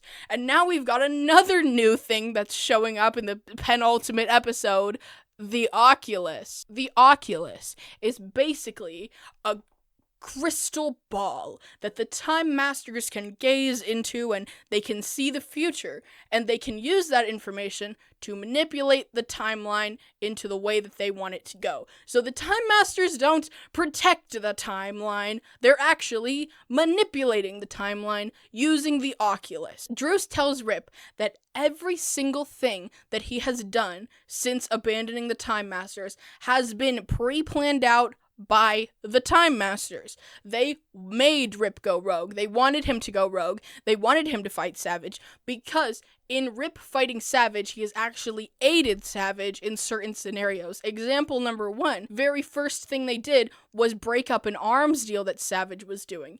If the Legends had not intervened, then Vandal Savage would have been arrested for trying to sell the nuke, which would have slowed down his evil plan. So the Legends have actually been helping Savage inadvertently throughout this entire season. This also means that there is no such thing as free will, right? Every single thing that Rip and the other Legends and every other character in this show has ever done has been predetermined by the Oculus, by the Time Masters. The only place in the entire world, the timeline, the galaxy, what the fuck ever, the only place with free will is the Vanishing Point, because that is the only place that the Oculus does not control. Rip looks into the Oculus to verify that everything that Druce has told him is true, and he gets that confirmation and also sees a premonition that Ray Palmer is going to die in a fiery explosion. Rip pulls away from the Oculus and he's like, but what about free will? And Druce laughs and says, there's no fucking such thing as free will, bitch. They knew that the way to push Rip into this direction was to have Savage kill Jonas and Miranda, so they told Savage to kill Jonas and Miranda. Rip returns to his cell and informs Ray that he will be dying. In the past, future Jax talks to past Stein, and they start fixing the jump ship, because if Jax can power it back up and get it to be able to time jump again, then he'll be able to go to the Vanishing Point, because he knows the team is headed for the Vanishing Point. Mick's brainwashing is over, and he suits back up as Kronos. Rip and Stein have completely lost hope, but despite being told that Bro is about to die, Ray is still like, we got this, Legends. Let's go, Legends! Sarah and Snart manage to power the Wave Rider back up and escape. Obviously now, all of the other Time Masters that have their own time ships are going to be after them, right? But Sarah and Snart were smarter than that, and they actually sabotaged every single other time ship that is at the Vanishing Point by disabling all of their Gideons. So none of the time ships are able to power up and chase after them. The Wave Rider starts shooting holes at the Vanishing Point, and Snart shows up and he frees all of his teammates who are imprisoned in Vanishing Point jail. Kronos attacks, but psycheroni, Mick actually was able to resist the brainwashing. He also kills Time Master Declan. Everyone gets back on the time ship, Sarah is piloting it, and they make their grand escape from the Vanishing Point. In the past, 2016, past Stein says goodbye to future Jax. Future Jax tells past Stein that it's totally okay if he roofies him. On the Wave Rider, Rip is literally so defeated. Like, he's upset because everything about not having free will and this all being predetermined and him actually helping Savage, it's not made him feel good. The team determines that the only way to really change the future is to destroy the Oculus, because no one has free will as long as the Oculus exists. So if they can blow that shit up, then they will give free will to everyone. Then they will actually have a chance at stopping Savage. Rip is suddenly very reinvigorated by this. He's like, yes, we're gonna go back to the Vanishing Point and we're gonna destroy the Oculus. Ray is stress eating cupcakes because Rip told him he's about to die. Mick is like, but we're gonna destroy the Oculus, so that future prediction could be wrong. Ray asks Mick what he thought of to resist the brainwashing, because Mick had previously stated to Snart that the only way he was able to resist the Time Master's brainwashing was by focusing all of his hatred on Leonard Snart and the team for abandoning him. But this time, what was he focusing on? He says he was focusing on his love for the team. He doesn't say it like that, but he says he was thinking about the team, so one can only assume now that Mick actually does care about the rest of the Legends, and this has been character development. Leonard Snart approaches Sarah, and he starts, like, flirting with her, and she's like, if your gay ass wants to steal a kiss from me, Leonard Snart, you're gonna have to be one hell of a thief. The place the Oculus is at is called the Wellspring. The Oculus is powered by a supernova. Rip knows this for some reason, even though he didn't know the Oculus existed until 5 fucking minutes ago. All of a sudden, he's the Oculus expert. It's at the Wellspring. It's powered by a supernova. If they make it go boom, then everything, the Oculus will be destroyed and everyone will have free will. Great. So that's the plan. They show up at the Vanishing Point. Obviously, The Time Masters knew they were going to do this. It's not looking good for the team. They're surrounded, but Jax shows up in the fixed jump ship at just the right time. He merges with Stein. They now have Firestorm with them, so they're able to cook all these fools. Now, I will say, Firestorm blasts fire at people. However, I never count Firestorm hits as kills because nobody ever really burns in this show. Same thing with the heat gun and the cold gun. Whenever Snart uses his cold gun on somebody, unless in a very specific instance, like when he shot his own hand, but when he's just like in a battle and there's baddies coming at him and he's shooting the cold gun, nobody ever like freezes Despicable Me style. And same thing whenever Mick lights someone on fire, nobody's clothes ever catch on fire. Nobody's hair ever catches on fire. Whenever anyone gets blasted with Firestorm's fire, nobody ever burns unless it's in very specific instances where that needs to happen. So I did not count any of the hits with Firestorm's fireballs in this scene as kills for Firestorm. Although he did hit a lot of people, and those dudes never got back up, and they were just kind of laying on the ground for the whole thing. Savage has Kendra and Carter in his time ship, and they touch down in London, 2166. Savage is obviously here to kill Miranda and Jonas. He is so gassed about this. He's like, finally, I cannot wait to kill Miranda and Jonas. And Kendra pleads with him not to, but he says that in a way, in a cosmic sense, it's already done. Rip realizes that this is how Ray is supposed to die, with his head in the Oculus, okay? The team has found the center of the Oculus. The supernova is, like, underneath it, and then there's this little control panel hatch thing, and so Ray has his face inside of the Oculus control panel hatch thing. Someone has to have their hand directly inside of the Oculus hatch in order for it to blow itself up. Like, the self-destruct sequence will not work unless someone is physically touching it. Rip tells this to Ray, and Ray is like, okay, cool. If this is how I die, by giving the entire world free will, then I'm like so cool for that. I'm so down. Mick is like, nah, and he knocks Ray out and he sticks his hand on the failsafe and he's like, get haircut out of here. I'm gonna be the hero. Everyone gets out of there and Rip informs Snart that Mick is not coming back out because he's got his hand in the Oculus. And Snart's like, oh hell the fuck no. So he runs back in there and Sarah follows him and they get to the Oculus. So Snart knocks Mick out and he puts his hand on the Oculus. Snart tells Sarah to grab Mick and get the hell out of there because there's no sense in all three of them dying for this. Sarah kisses Snart, she grabs Mick, and then she runs out of there. And then they get on the Wave Rider. Snart's got his hand on the Oculus. The entire thing blows up and everyone in there dies. Girl dinner's out for Leonard Snart. Savage finally gets his grubby little mitts on Miranda and Jonas, and he does in fact kill them. Since the Oculus is destroyed, Gideon no longer has access to be able to view the timeline, because the Oculus was the thing that allowed the Time Masters and Gideon and all of the other AIs to access the timeline data. However, Gideon can still view newspaper clippings and headlines and things like that from the future and the past, so they still have some idea of what happened. They check these newspapers and discover that Rip's family is still dead. The Time Masters call Savage. They explain that the Oculus is destroyed.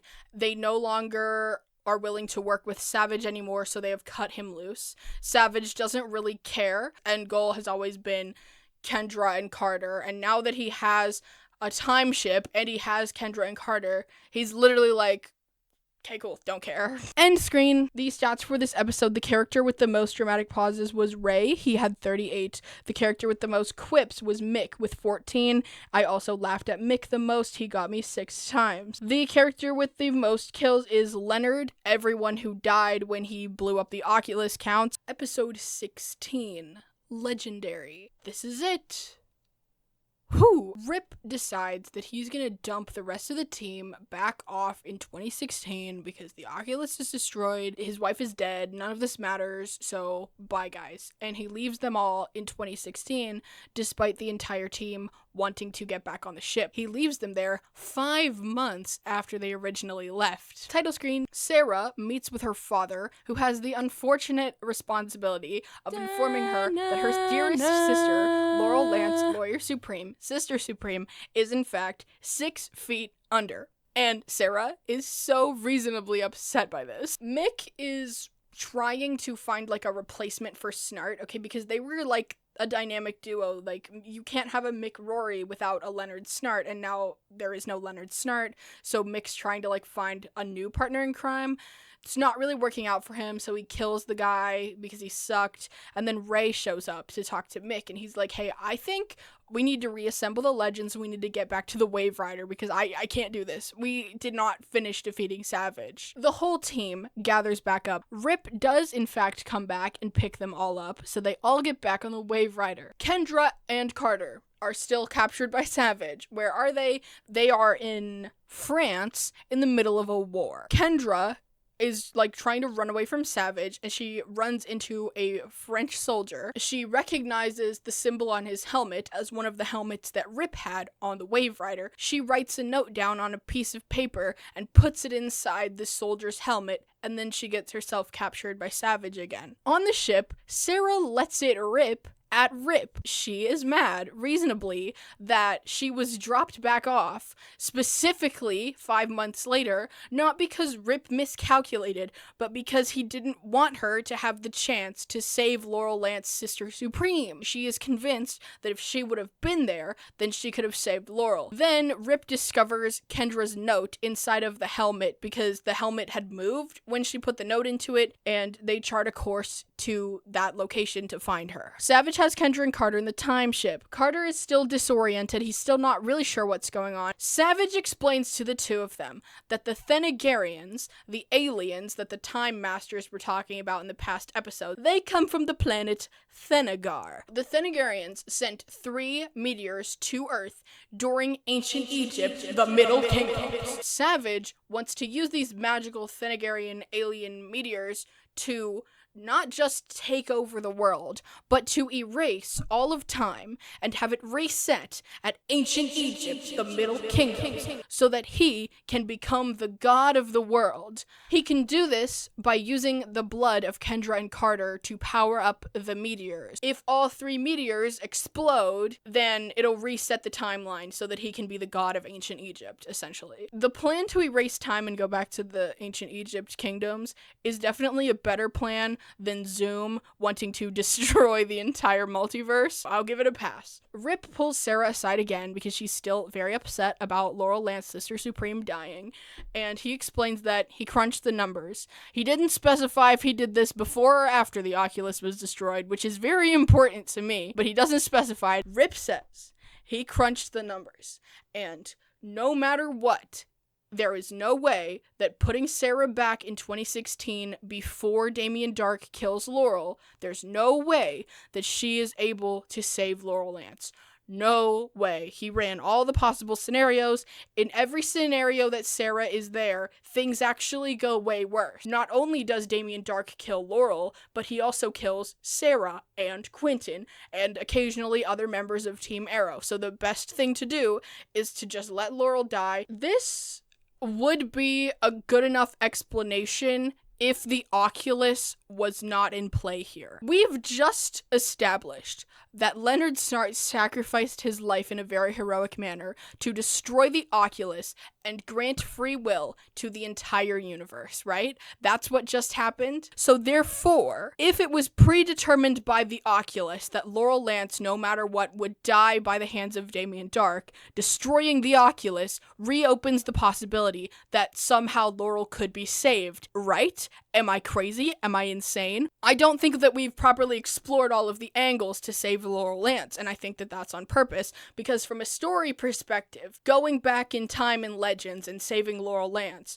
really screws up the emotional weight that her death was supposed to have in Arrow. So it makes sense to me that we need to hardly determine that Laurel Lance cannot come back from the dead. Now we have the problem where, since we're unable to save Laurel Lance because of narrative purposes for Arrow, it also makes Leonard Snart's sacrifice seem unimportant, or it makes Rip seem very fucking stupid. And the fact that no one is calling attention to free will or the Oculus, like Sarah never brings that up in any of her arguments, Rip never brings that up in any of his arguments. Gideon no longer has access to the Oculus, and she cannot see potential futures. Like, I'm just confused about where Gideon is getting her information from. If the Oculus is destroyed, like, to me, that means Gideon is useless now, and she can't do anything outside of the scope of piloting the time ship. The free will thing is confusing. If we had done this whole we can't save Laurel before the Oculus was destroyed,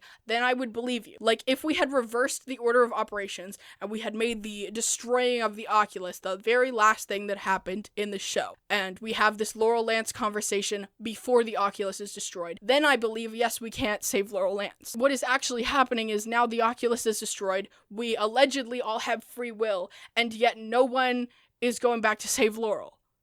It just seems stupid from a character perspective, while I understand it from a narrative perspective. So it's like kind of a double-edged sword.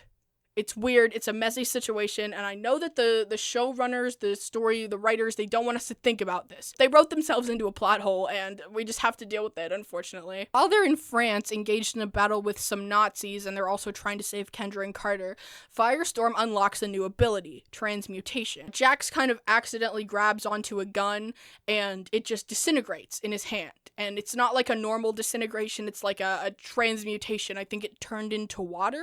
Savage still has Kendra at the end of this fight, but the Legends do manage to grab Carter. He does remember everything Savage said about the Thanagarians and the meteors, so he fills the team in on that. Jax is really excited about this new power that he's unlocked as Firestorm, and he convinces Stein to merge with him on the Wave Rider so that they can practice transmutation. They attempt transmutation on Kendra and Ray's lucky vase. They break it.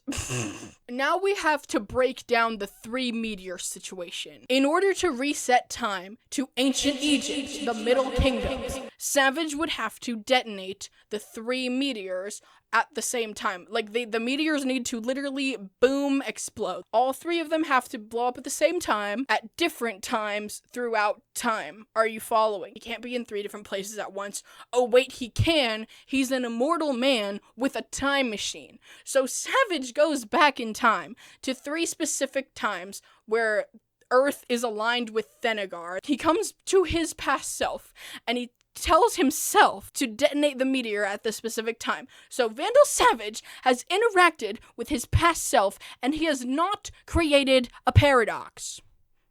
I love it when a TV show introduces brand new shit in the very last episode. Love that. It's like a great payoff. It's like we've had all this time at the rest of the season, and no one has mentioned Thanagarians until the last 2 fucking episodes, and now you expect me to just sit here and go, yes, let's blow up the meteors. I get it. We've been building up to this. No, we have not. The 3 meteors. One of them is in 1950s Harmony Falls. One of them is in 2021, and another one is in the 70s. The team will split into 3 little teams, and they will fight Savage, and they will kill Savage before he detonates the meteors. Here's the burning question. Savage can only be killed by Kendra and Carter using items from ancient Egypt. We've established that so many times throughout the story. Turns out, none of that matters, because while the meteor is in cook mode, while it's like starting to explode, it's emitting Thanagarian radiation or whatever, and if Savage is exposed to this magical meteor radiation, he becomes mortal, and so anyone can kill him while the meteors are happening. Everything that we've been told from the start of the season all the way to the end, throw it away. None of it matters. Ray and Mick are in the 50s. They kill Savage in Harmony Falls. Firestorm and Sarah are in the 70s at the nuke thing. They kill Savage there. Rip and Carter are in 2021, and they're gonna fight Savage and kill him there. These 3 fights happen simultaneously. Savage dies in all 3 of the fights. Mick torches him in the 50s. Sarah snaps his neck in the 70s.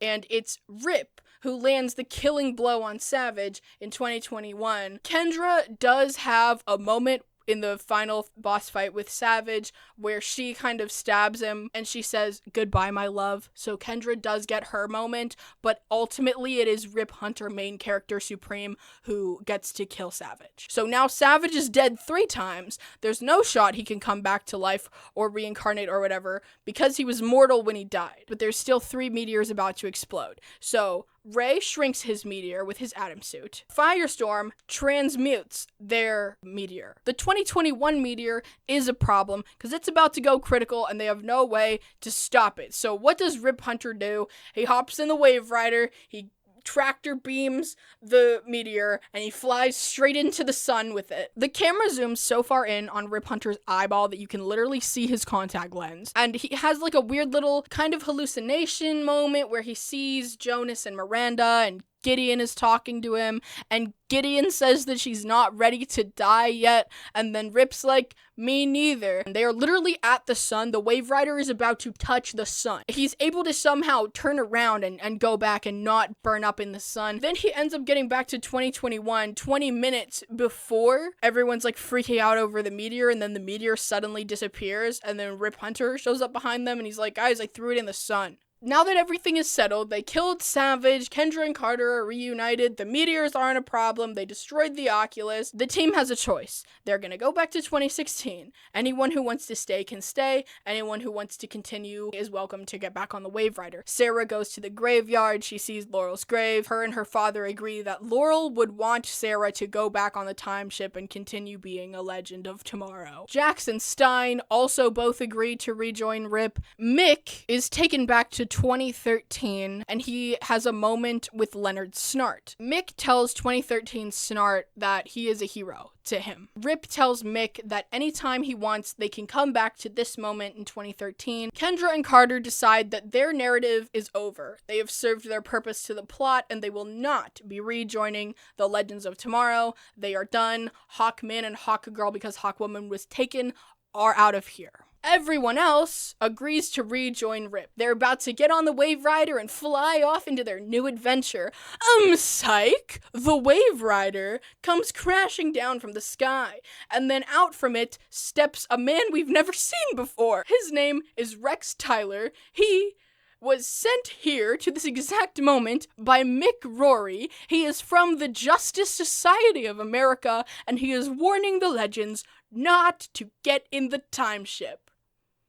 End screen. That's for this episode. The character with the most dramatic pauses was Rip. He had 44. The character with the most quips was Mick. He had 9. And the character I laughed at the most was Stein. He got me 7 times. The character with the most kills was Vandal Savage. I have him marked down for 7-ish. Looks like you made it to the end of this video. Congratulations. I'm so happy we jumped in this time ship together. Before we wrap this yap session up, there's just a couple more things I need to talk about. The character with the most dramatic pauses for the entire season was Captain Rip Hunter, main character, with 511, averaging about 32 pauses per episode. To see the full charts, remember to check the link in the description to the Google Doc. Now it's time for the moment that I've been waiting for this whole time. Award ceremony. Yay! The favorite character award. I'm not going to waste your time on this one. It's going to Leonard Snart, Robber of ATMs. This makes Leonard Snart, Robber of ATMs the first character so far to have 2 favorite character awards. The girl boss this season was a little bit more complicated for me. I have a lot of complicated, conflicting feelings about who I should give it to. The girl boss, being the one who propels the plot forward the most, should be Rip Hunter. However, I don't like Rip Hunter enough to make him the girl boss, and because so much of this award is based on my opinions and vibes,